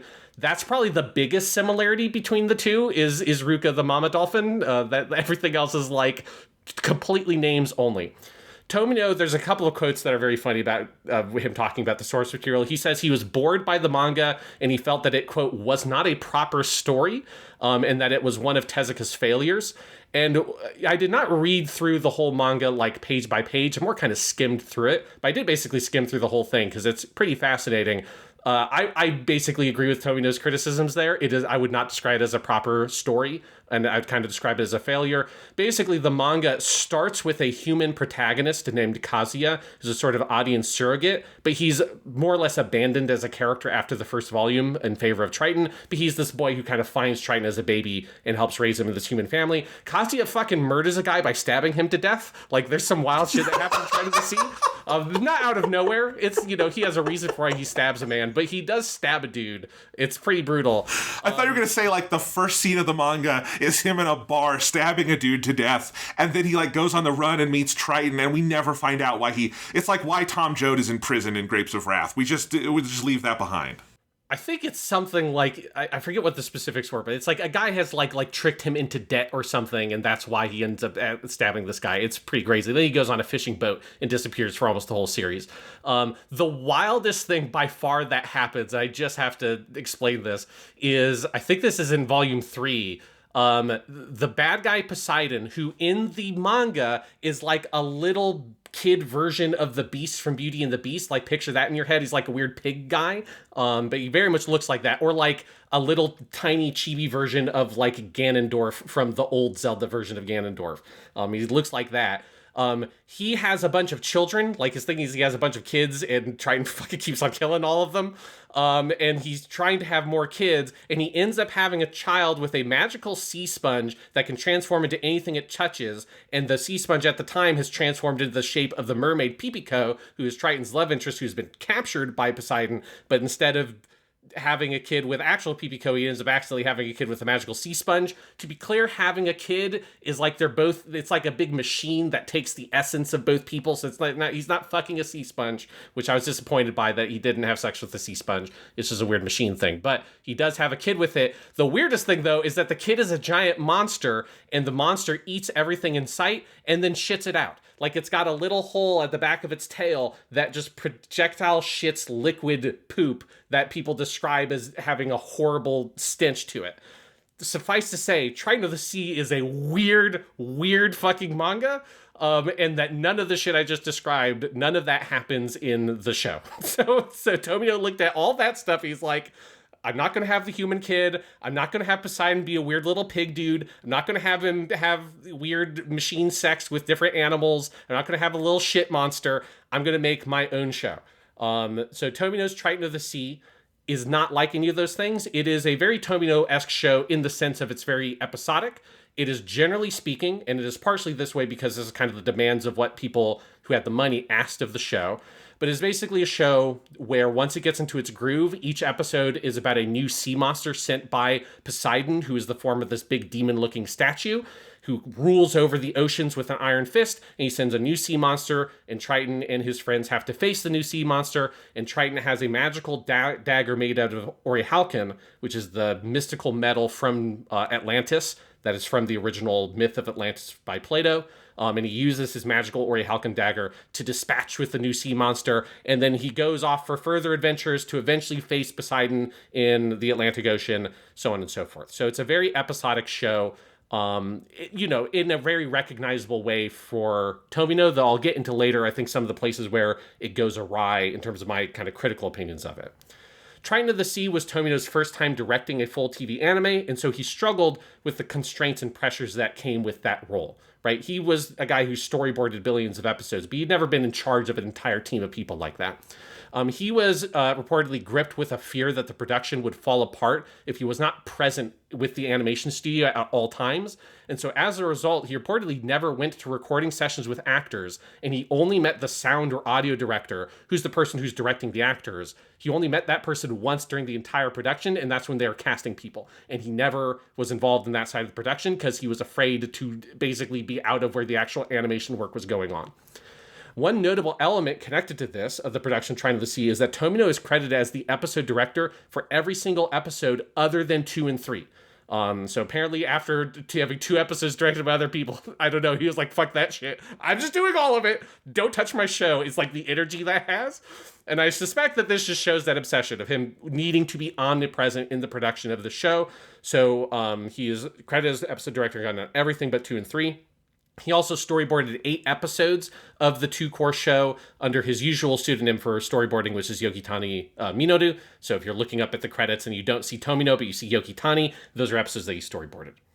Sean, I do have to say, this also, funnily enough, reminds me of Future Boy Conan, Miyazaki's first show, where he also is the credited episode director on all of them. But after the first, I believe, 10, then 11 and 12 are co-directed by Takahata Isao, and then after that there's a permanent co-director, and I do think the show is substantially better in its second half, and I just think it must have been an arc where, like, Miyazaki was trying to do everything, and it feels like Takahata came over and was like, hey buddy, you doing okay? You sure you don't want any help? You can have help, it's okay. And I think there's something about perfectionists like this, the first time they have the keys to the kingdom, being really afraid to delegate. And it's interesting, because obviously Tomino would have to he never delegated everything, but he would have to get better at it to make shows long term, right?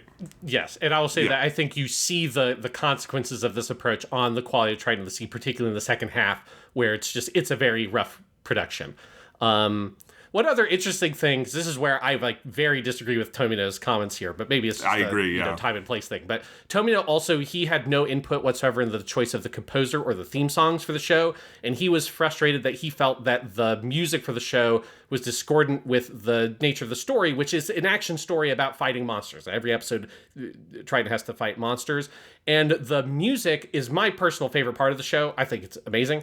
It is very 60s rock influenced, right? The show was made in 1972, and so the style of the music feels like it's very pulled over from the era of 60s rock. It was composed by a jazz pianist who's like familiar with that style of music.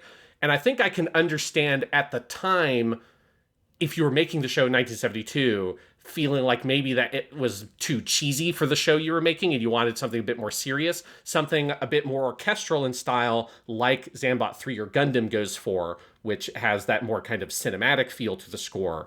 But especially looking back on it, it's just the music has so much fucking style. It's so cool. It's so unique because it's from an era of music that you just don't associate with anime. Like the sound of the distortion on the electric guitar has a real Jimi Hendrix vibe. Like it's a very cool sound for an anime, and I love the music. Tomino did not like the music. Maybe partially didn't like it because he didn't have any control over it, though he did have the power to make one very interesting choice, which is partway through the series, he flipped which song was the opening and which song was the ending. And which is the only time I've ever heard of that happening. But he did decide he wanted what was the opening to be the ending and the ending to be the opening song. And that does kind of foreshadow, you know, something like G-Reco, where he makes the ending the more significant song and stuff like that, right? No, I completely agree. I think the music for this, which is by a guy named Suzuki Hiromasa, who was not an anime, this is like one of his only anime he did, but he was a musician very prolifically outside of that. I fucking adored the music in the episodes I watched, to the point that I spent a bunch of time this morning like trying to track down the soundtrack, and I think I might just have to import it because it's so good. And there is, Columbia did put out, they did a whole line of soundtracks for classic anime that they still had the music for in like the mid 2010s, and this is one that has like a full 2-disc, like really exhaustive soundtrack, even with unused background music and stuff. And so I'm gonna have to import that because I like, even if I don't watch more of the show, the soundtrack like immediately I thought was just fantastic. If you get that, you have to rip it and share it with me. I will, because yes. I desperately want the soundtrack for this show because it's ridiculously good. Again, I think I can understand how if it's not the music that you chose, and again at the time it maybe would have felt a little old-fashioned, because again it's a couple years kind of like older and not what you'd think of for anime, but looking at it now, I just think it's such an awesome part of the show. And it's my favorite part is getting to the end of an episode and having the cool electric guitar play as Triton goes off to his next adventure. But anyways, that's the music stuff. Tomino summed up his total overall thoughts on the production later as, quote, "I had to do that job with a bunch of vicious requirements, so I don't have many good memories of it," which is a very succinct way to describe what I just have to imagine was a very difficult production. But now I get to describe the wildest part about the show, which is undoubtedly Tomino's most Tomino decision on the show was how he handled the ending. So Tomino wanted to complicate the story by incorporating more adult themes than just the hero fights the monsters, which is really just what the show is for its entire run. It's about a boy hero fighting monsters. So in the ending, he wanted to change that dynamic. And so he reveals in the ending, and this is going to sound confusing because it is very confusing. It's a lot of information to dump on you. I tried to distill this as cleanly as I could. He reveals in the ending that the quote unquote Poseidon people, which is not just a single entity, but it's a whole like race of people, that they were not evil, but they had been offered as sacrifices by the ancient Atlanteans and had only been defending themselves in the war in which the Atlantean civilization got wiped out. So it wasn't they just attacked them. It's like they defended themselves, and that's how Atlantis got wiped out. They, throughout the series, the Poseidon people were trying to capture/kill Triton because Triton has the Orichalcon dagger, which is the magic weapon left over from Atlantis, which Atlantis made as a last-ditch effort to try to kill the Poseidon people. And at the very end, Triton, unwittingly, he doesn't know this is going to happen, but he does kill all the Poseidon people and commits a genocide when he unleashes the power of the sword at the end of the show. To be clear how that's depicted, it doesn't show all the people dying, Basically, him using the dagger destroys this big evil statue thing that was sealing the Poseidon people away, which is how Poseidon was visualized throughout the show, is with the statue. But the statue was the thing that they were being sacrificed to and were trapped by the Atlanteans. And the Orihhalcon dagger destroys the statue, but destroying the statue basically wipes out their civilization because they have no energy. It's like the statue was like their sun. Again, it's a lot of really complicated information that they throw on you in one piece of exposition. But point being, they all die off screen. Triton goes through the hole to reveal that underneath the statue was this entire city where these people were living. They are all just dead. And then he finds a magic conch that is a recording of the thoughts of the leader of the Poseidon people, who's basically describing through this recording everything that Triton did and the entire history of this war and how they are all now dead. And Triton should feel bad about it because he has committed genocide. And then Triton goes like, shit. And then he basically leaves, and then the narration's like, and then the boy goes off for further adventures, and the show is over. So it is a weird ending. It is like Tomino's trying to do something big with it thematically, but he has not done any legwork to get there because this was not at all what the original plan is. This is not what the original plan is because apparently the writers of the show did not like this idea. They did not want to go with it. So the other people on the production were like, this is a terrible idea. Let's just make our show about fighting the monsters, and he defeats the big monster at the end.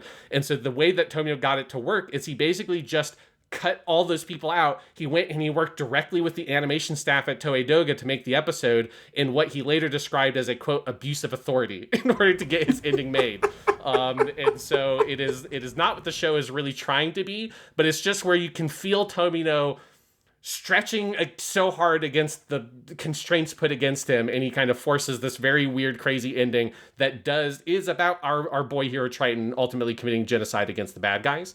And yes, it's not necessarily worth watching the entire show just to get there because the way it's executed is not particularly well done, but it is an extremely Tomino moment of being like, and the thing you thought was like an unalloyed good is maybe far more complicated than that. And that is the thing he wanted to express with making that choice. Fucking wild. That is, having only watched the first few episodes of the show, is not where I thought that show was going. Having watched the 23 or whatever episodes leading up to it, it wasn't where I thought that was going either. It's a very sudden, weird turn in that ending. So in terms of the reception of the series itself was not broadly popular while airing. It received only middling ratings. The series was stopped at its second core. It's a show that had only a very loose, overarching story of beginning, middle, and end. So I don't think it's not like if they had gotten more episodes, the lead up to that ending would be better. That ending was what the ending was going to be. If there had been more episodes, it would have been more one-off or fighting monster episodes. However, what the show did do is it gained a massive cult following, one of the first of its kind in the early 70s, with what we now consider like a natal version of the otaku idea, the otaku movement. The show was one of, if not potentially the first anime to have its own fan club. The fan club was called Triton in English in all capital letters. And it's very similar to what you would also see later at the end of the 70s with Gundam. A very large portion of those dedicated fans were actually young girls. So it was middle and high school age girls more so than it was boys that drove the big fandom movements. And again, this is what you'll see also with Gundam. Honestly, this is also what happened in America in the 60s with Star Trek, is it's a very female-led movement that creates what you think of as modern fandom. One very interesting anecdote about the fan group is that some of the girls ended up visiting the recording studio where Tomino would not have been present because he was not at any of the recordings. And they observed, because they wanted to observe one of the voice acting sessions, particularly so that they could see the voice of the main character Triton, who's played by Shioya Yoku, which is a very interesting part of the show is that Shioya, it was his first starring role, but he's also a 14-year-old boy. So it's a very rare instance of casting a prepubescent male actor to voice a prepubescent male character rather than going for a woman to play the part. And I do think that Shioya is very, very good as Triton. It was a little bit of a minor otaku celebrity at the time. I was really taken. I thought it was a really striking performance too. I really liked what he was doing there. Yeah. The fan club also is responsible for some of the earliest anime doujinshi we know, or fan-made comics and stuff like that. And so it is a very pivotal moment in the creation of something that we will talk about a lot when we're talking about stuff like Mobile Suit Gundam, of the creation of the era of the otaku and the entire anime culture that we now, know and love. After the What dawn slash of fics were there? Who was Triton fucking in those doujinshi?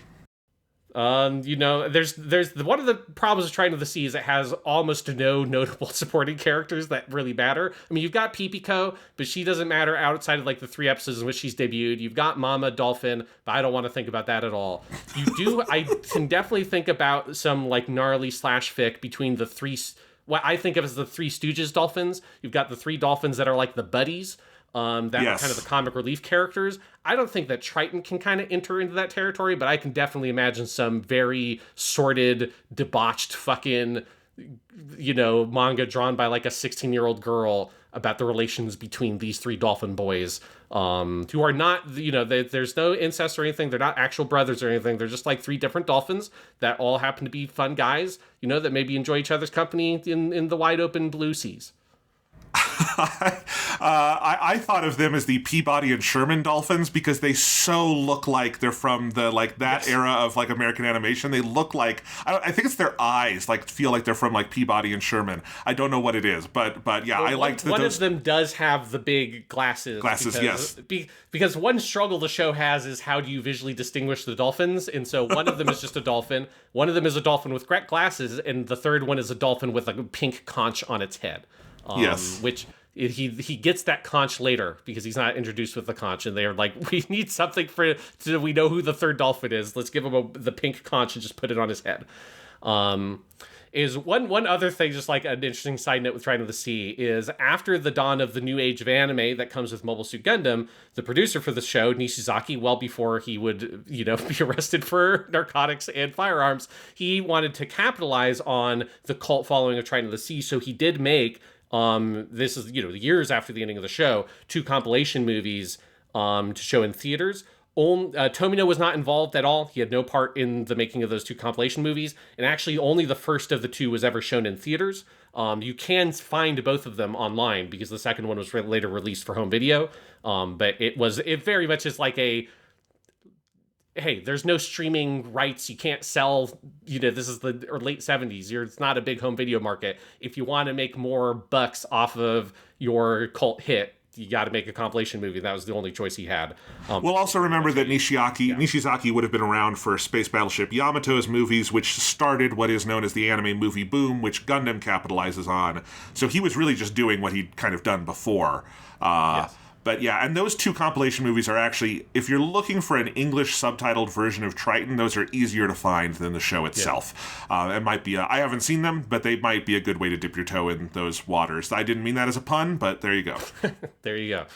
And then my last note here, before we kind of dig into our critical take on it, is in reflecting on the series in later years, Tomino remarked that, quote, "It's the job that taught me the know-how to be the overall director and control the flow of the story," which I think is an interesting comment because I think it is the job that taught him how to do that because he didn't really know how to do that when he was directing Triton of the Sea, is kind of my takeaway from that comment. And based on what I have seen so far of Zambot 3, he got a lot better at it with Zambot 3. I think there's a lot of hard-learned lessons over the course of making Triton of the Sea.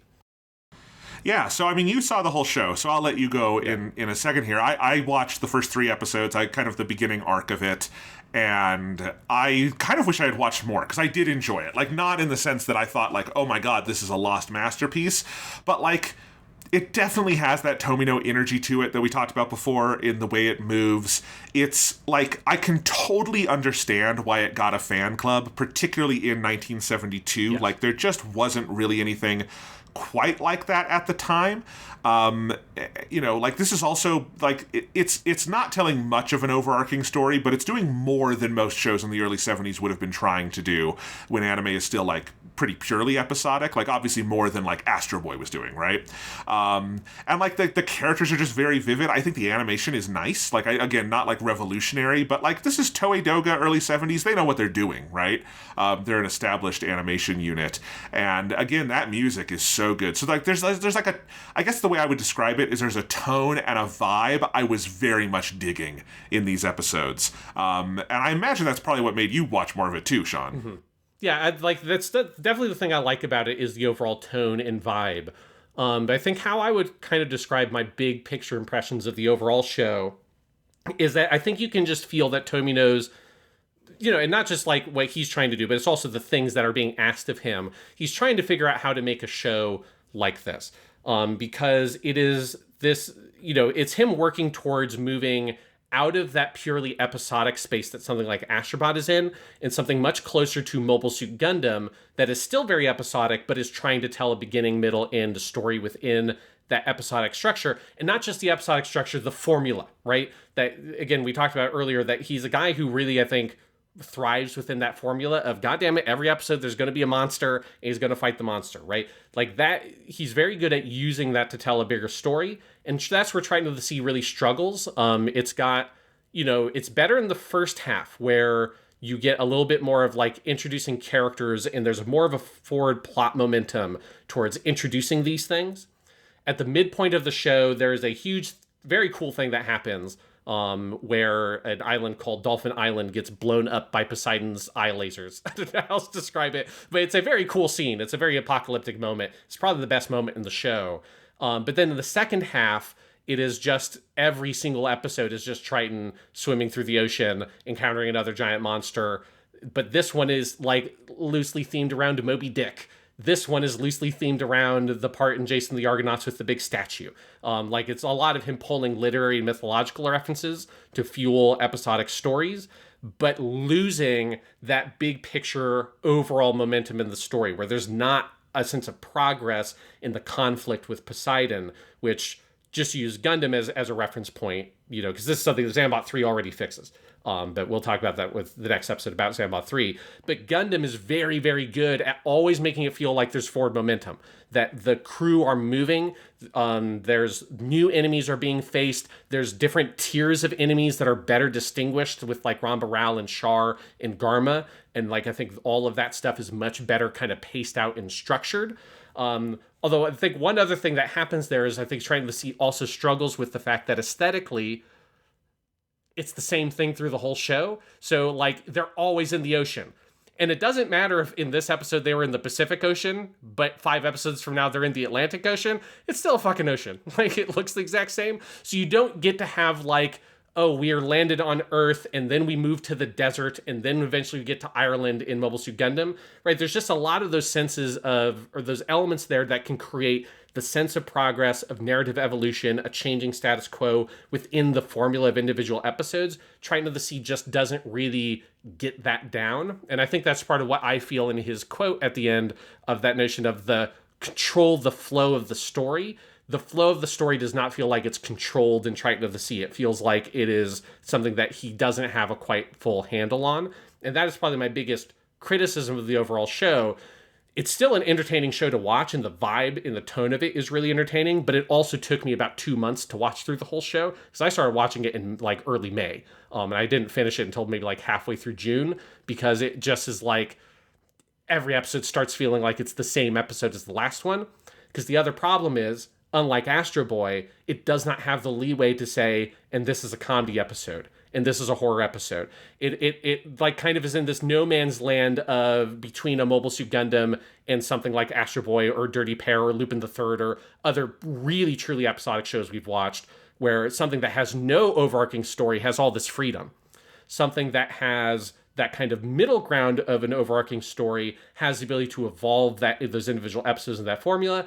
And then obviously on the far other end of the spectrum, you'd have something more that is a purely serialized story, like more modern TV is very common with, where, you're not even worrying about a formula at all. Each episode is just a different part of the story in like a 6-hour movie kind of way that people talk about streaming shows these days. And Triton of the Sea is just in this awkward part where it's not on that episodic spectrum all the way. It's not in that middle area that Mobile Suit Gundam or other Tomino shows occupy. He's still trying to kind of figure it out, and it doesn't quite land in any specific spot. And, it makes sense that this was a hard thing to figure out, because when he fully cracks the code with Mobile Suit Gundam, it revolutionizes the entire industry, right? Like, yes. the ability to figure out what you're talking about, Sean, was like a key that unlocked a whole new era of anime. So, like, yeah, you're probably not going to get it your first time out of the gate, especially when you're near the end of the 70s, there are multiple shows trying this kind of thing, right? Like Future Boy Conan is also that one's more purely serialized than episodic, but like there are other shows really trying to move in this direction, or even like the world masterpiece theater shows Tomino winds up working on, which are a mix of serialized and episodic. Obviously without the action component, but like it makes sense that over the course of that decade he gets there and didn't just get there alone in 1972, because no one was going to do that. Yes. But yeah, it's definitely a show that you can feel is a stepping stone. One of the other things that just on the more like kind of critical side of the show, or the more negative side, is it is it's a production that has its rough edges in a lot of places. Not so much, I think, in the episodes that you saw, because those are still the early episodes, but about the midpoint, it becomes very common for there to be an error or an issue with the animation that I don't know I've ever noticed in any other anime I've watched. Like one very common error or like weird quirk of old anime that I have seen a lot and I have no problem with, and it's in, I think, every Astro Bot episode we watched, is where you have a character on screen who talks, you hear the voice, but they're not animated to be talking. I have no problem with that. That's totally fine. A weird error is the opposite. When you have a character on screen that is animated to be talking and there is no voice coming out, that is like, it's just silence, but you're looking at someone who's supposed to be saying something. It's really unsettling. It's very strange, and it becomes a very common occurrence in Triton of the Sea in the back half. And there are lots of other like weird like characters getting off model, more normal things. But I think you can just feel that Tomino, like his like death grip on that production of wanting it to be perfect, is killing it. That's like there's just. Like, that's just, or also the fucking director never shows up at a recording session or whatever, like whatever has been cut, whatever has been changed in the process, like that's like such a weird rough edge, and it's so unsettling to have like a character be animated to be saying something on screen and no voice coming out. It's a fairly common thing that happens in the show. It's a very weird error, and I think it's just emblematic of like where there are things about the direction of the show that are very remarkable. Like, I do think the action in the show is great. Like, that's where Tomino is just, like, so fucking good at doing action scenes. Like, he mastered that shit in Astro Bot. It's so good in Triton of the Sea. All the fights against giant monsters are cool. Pause. You have said every time the show Astro Bot. You mean Astro Boy. Just before we get comments, you are not talking about the PlayStation 5 game, but the 1963 TV anime. I want to cut that off with a pass. Sorry, it's okay. They're very, very similar names. But yes, sorry, Astro Boy. So it's like he got very good at directing the action in Astro Boy. He takes that to Triton of the Sea, and it's the thing that the show does better than anything else about it. And it's got that like, that very raw style with the quick cuts and quick edits that Tomino is very well known for.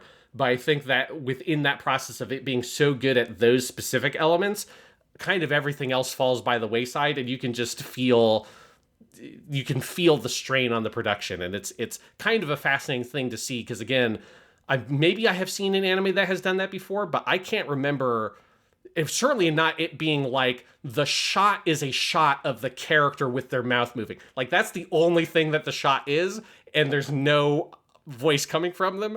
Like, that is just a like student film production kind of mistake, where it's like this shot is a whole failure. Like, what this shot is doing is completely broken down because you do not have the voice.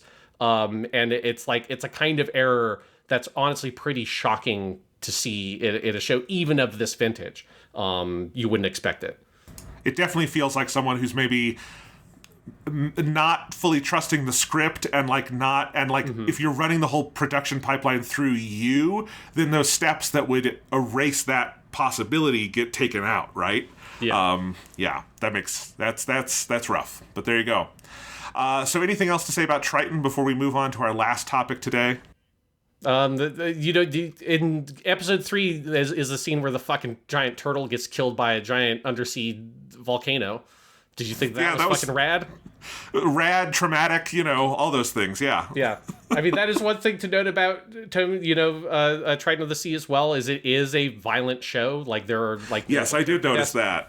Now, I think one thing to keep in mind is that Tomino is not unique in this period of what we think of as children's entertainment being incredibly violent. Again, this is all, Ultraman is doing shit that is way more traumatizing than that. I think by the time Triton of the Sea comes out, you've had the third Ultraman show where the love interest character and the mentor character are both killed by aliens and their dead bodies are dumped on the fucking roadside. And that's live action. That's some fucking kids having nightmarish shit. So I don't want to just say like, oh, it's dark and violent and that, you know, and the Tomino's unique in doing it, but it is part of Tomino's style is he's willing to be very violent. Like there is like blood shown visibly, which I was surprised by. Like when he stabs the monsters, they bleed. But you do have a very frequent occurrence of a kind of very cool / adorable underwater animal being introduced and within an episode, either in that episode or in the next episode, being brutally killed either by underwater volcano, getting hit with magic eye lasers from an evil statue. There's maybe the most shocking of them all is there's an episode, this is the Jason the Argonauts one, where there's a giant living statue that ends up stepping on and killing a baby penguin. Like that is it's pretty fucking traumatizing. Like, oh my God, not the baby penguin that's trying to, get the statue to stop fighting Triton because Triton's cool, but then he gets fucking stepped on. So that is another notable part of Triton of the Sea. If people, want to see, sea mammals suffer a horrible fate as seabirds as well. There's a lot of that in Triton of the Sea. I can't say I want to see that, but wow, what a show. So, okay, our final topic today is to explain how Tomino got involved with the studio that would become Sunrise, which was his home for the vast majority of his career. I think the only thing we're talking about this season that was not produced at Sunrise is Garzy's Wing when we get there, because I think that's JC's staff. But other than that, Sunrise is Tomino's home, and that comes in 1975 with a very famous show called Brave Raideen, where he directed the first 25 episodes before changes demanded by the broadcast network led to a shift in direction with Tadao Nagahama taking over for the back half. He also directed the third and final core of the series La Seine no Hoshi, star of the Seine, I guess the river. Yes. That's a French title. It's intentionally a French title, I should say. Under the general direction of Osumi Masaki, the future director of Urusei Yatsura and Ghost in the Shell. I love to put those two together because it makes me laugh. Anyway, but those series were produced by a company called Soeisha, which had been formed by 7 Mushi Pro employees who left during the shit show with funding from the Toho Kushinsha Film Corporation. The studio was divided into 2 halves, Soeisha, which handled planning and sales, and then a production arm, which was called Sunrise Studios. Perhaps unsurprisingly, given their roots at the flailing Mushi Pro, Soeisha put a real premium on maintaining sound business practices and not overextending financially. I do just love the idea of these anime artists leaving Mushi Pro and going, never again, sound business practices. You don't often hear that in the founding documents of like a big artistic company, but no, they're like, no, we're being sound this time. So they made very copious use of outsourcing, they maintained copyrights on their own works for licensing purposes, and they focused on works where toy sales could be centered in the production package, which would of course become central to Tomino's future career. In November of 1976, Soeisha split from Toho Kushinsha and went independent, reorganizing as Nippon Sunrise Inc. The financing agreements under their parent company meant that profits from those shows flowed mostly to Toho Kushinsha, and the staff went underpaid. Meanwhile, there was a toy manufacturer, Clover, who is going to become very important to the story in future weeks. They were looking to strengthen their brand through greater ties in anime merchandise, and Soeisha's founders reached out to strike a deal. So the company split from their corporate parent, knowing they would have funding through Clover as they started work on their own original series. So the first series made by the newly independent Nippon Sunrise would also be the first original series by Tomino Yoshiyuki, Invincible Superman Zambot 3. It was written and directed by Tomino, with character designs by Yasuhiko Yoshikazu, mechanical designs by Okawara Kunio, and music by Watanabe Takeo and Matsuyama Yuji, which means that was the first time that the eventual Mobile Suit Gundam crew all worked together, because those are all the lead artists on Gundam as well. The rest, as they say, is history, but more on that next week and in the weeks to come. Another important legacy of Zambot 3, just to warn everyone who's going to watch it with us, it is where Tomino got the moniker Kill 'em All Tomino. Yes, it wasn't for making a giant statue step on a baby penguin. That was the first stepping stone to eventually becoming Kill 'Em All Tomino. And we will see the culmination of that next week with Zambot 3, which I, for one, am very excited to dig into. But before we leave you today, let's quickly go over what we will be looking at in Season 6, Part 1, over these 12 episodes. Today you heard our Intro to Tomino episode. Next week, in episode 2 of the season, we will be doing, as we just said, Invincible Superman Zambot 3 from 1977. That's all 23 episodes. In episode 3, we'll be doing Invincible Steel Man Daitarn 3 from 1978. That's a 40-episode series. Then we'll be doing an episode on Mobile Suit Gundam from 1979. We've obviously talked about Gundam many, many times in the past, but we are doing something pretty special for it, for this sort of reappraisal within the larger context of the Tomino-thon, taking a more historical look at the show, all 43 episodes, and the 3 movies. We'll be talking about the history of all of that, but it'll be a little different from the other episodes this season, because you can always go back to our old Weekly Suit Gundam episodes to hear us get really granular about the original Gundam. Then we've got a series of 2-parters for the rest of the season as we're splitting up these longer, year-long shows into multiple parts. So in episode 5, we'll have Space Runaway Ideon from 1980, but just the TV series, which is 39 episodes. And then we will be doing the movies, which recapitulate and then give a very different ending to Ideon in 1982. And we'll be doing that in episode 6 of the season. And that's 2 films to talk about, A Contact and B Invoked. Then in episodes 7 and 8, we will be doing Combat Mecha Zabungle from 1982.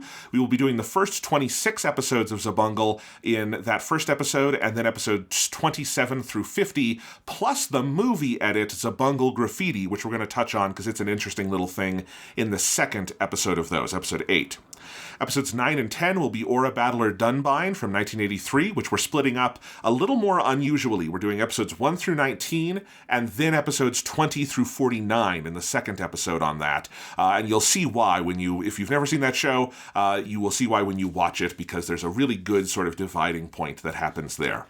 And then finally, we'll be finishing off part 1 of this season with Heavy Metal Elgime from 1984, which we're just splitting down the middle, the first 27 episodes in episode 11, the second 27 episodes through episode 54, the finale, in episode 12. And that is we're just dividing that based on basically where the show itself divides itself, because there's a theme song change. You get the Elgime Mark II. So that is where we are doing that.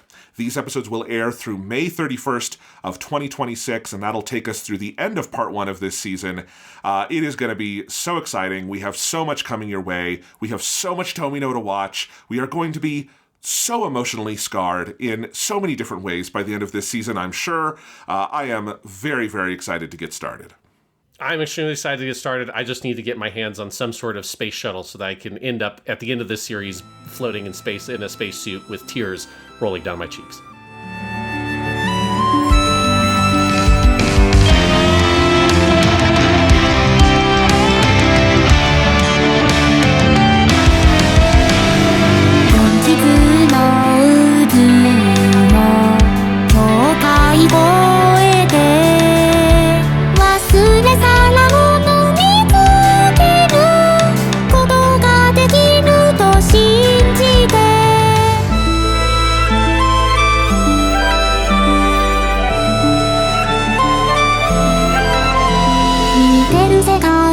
CG ほど美しい時代ない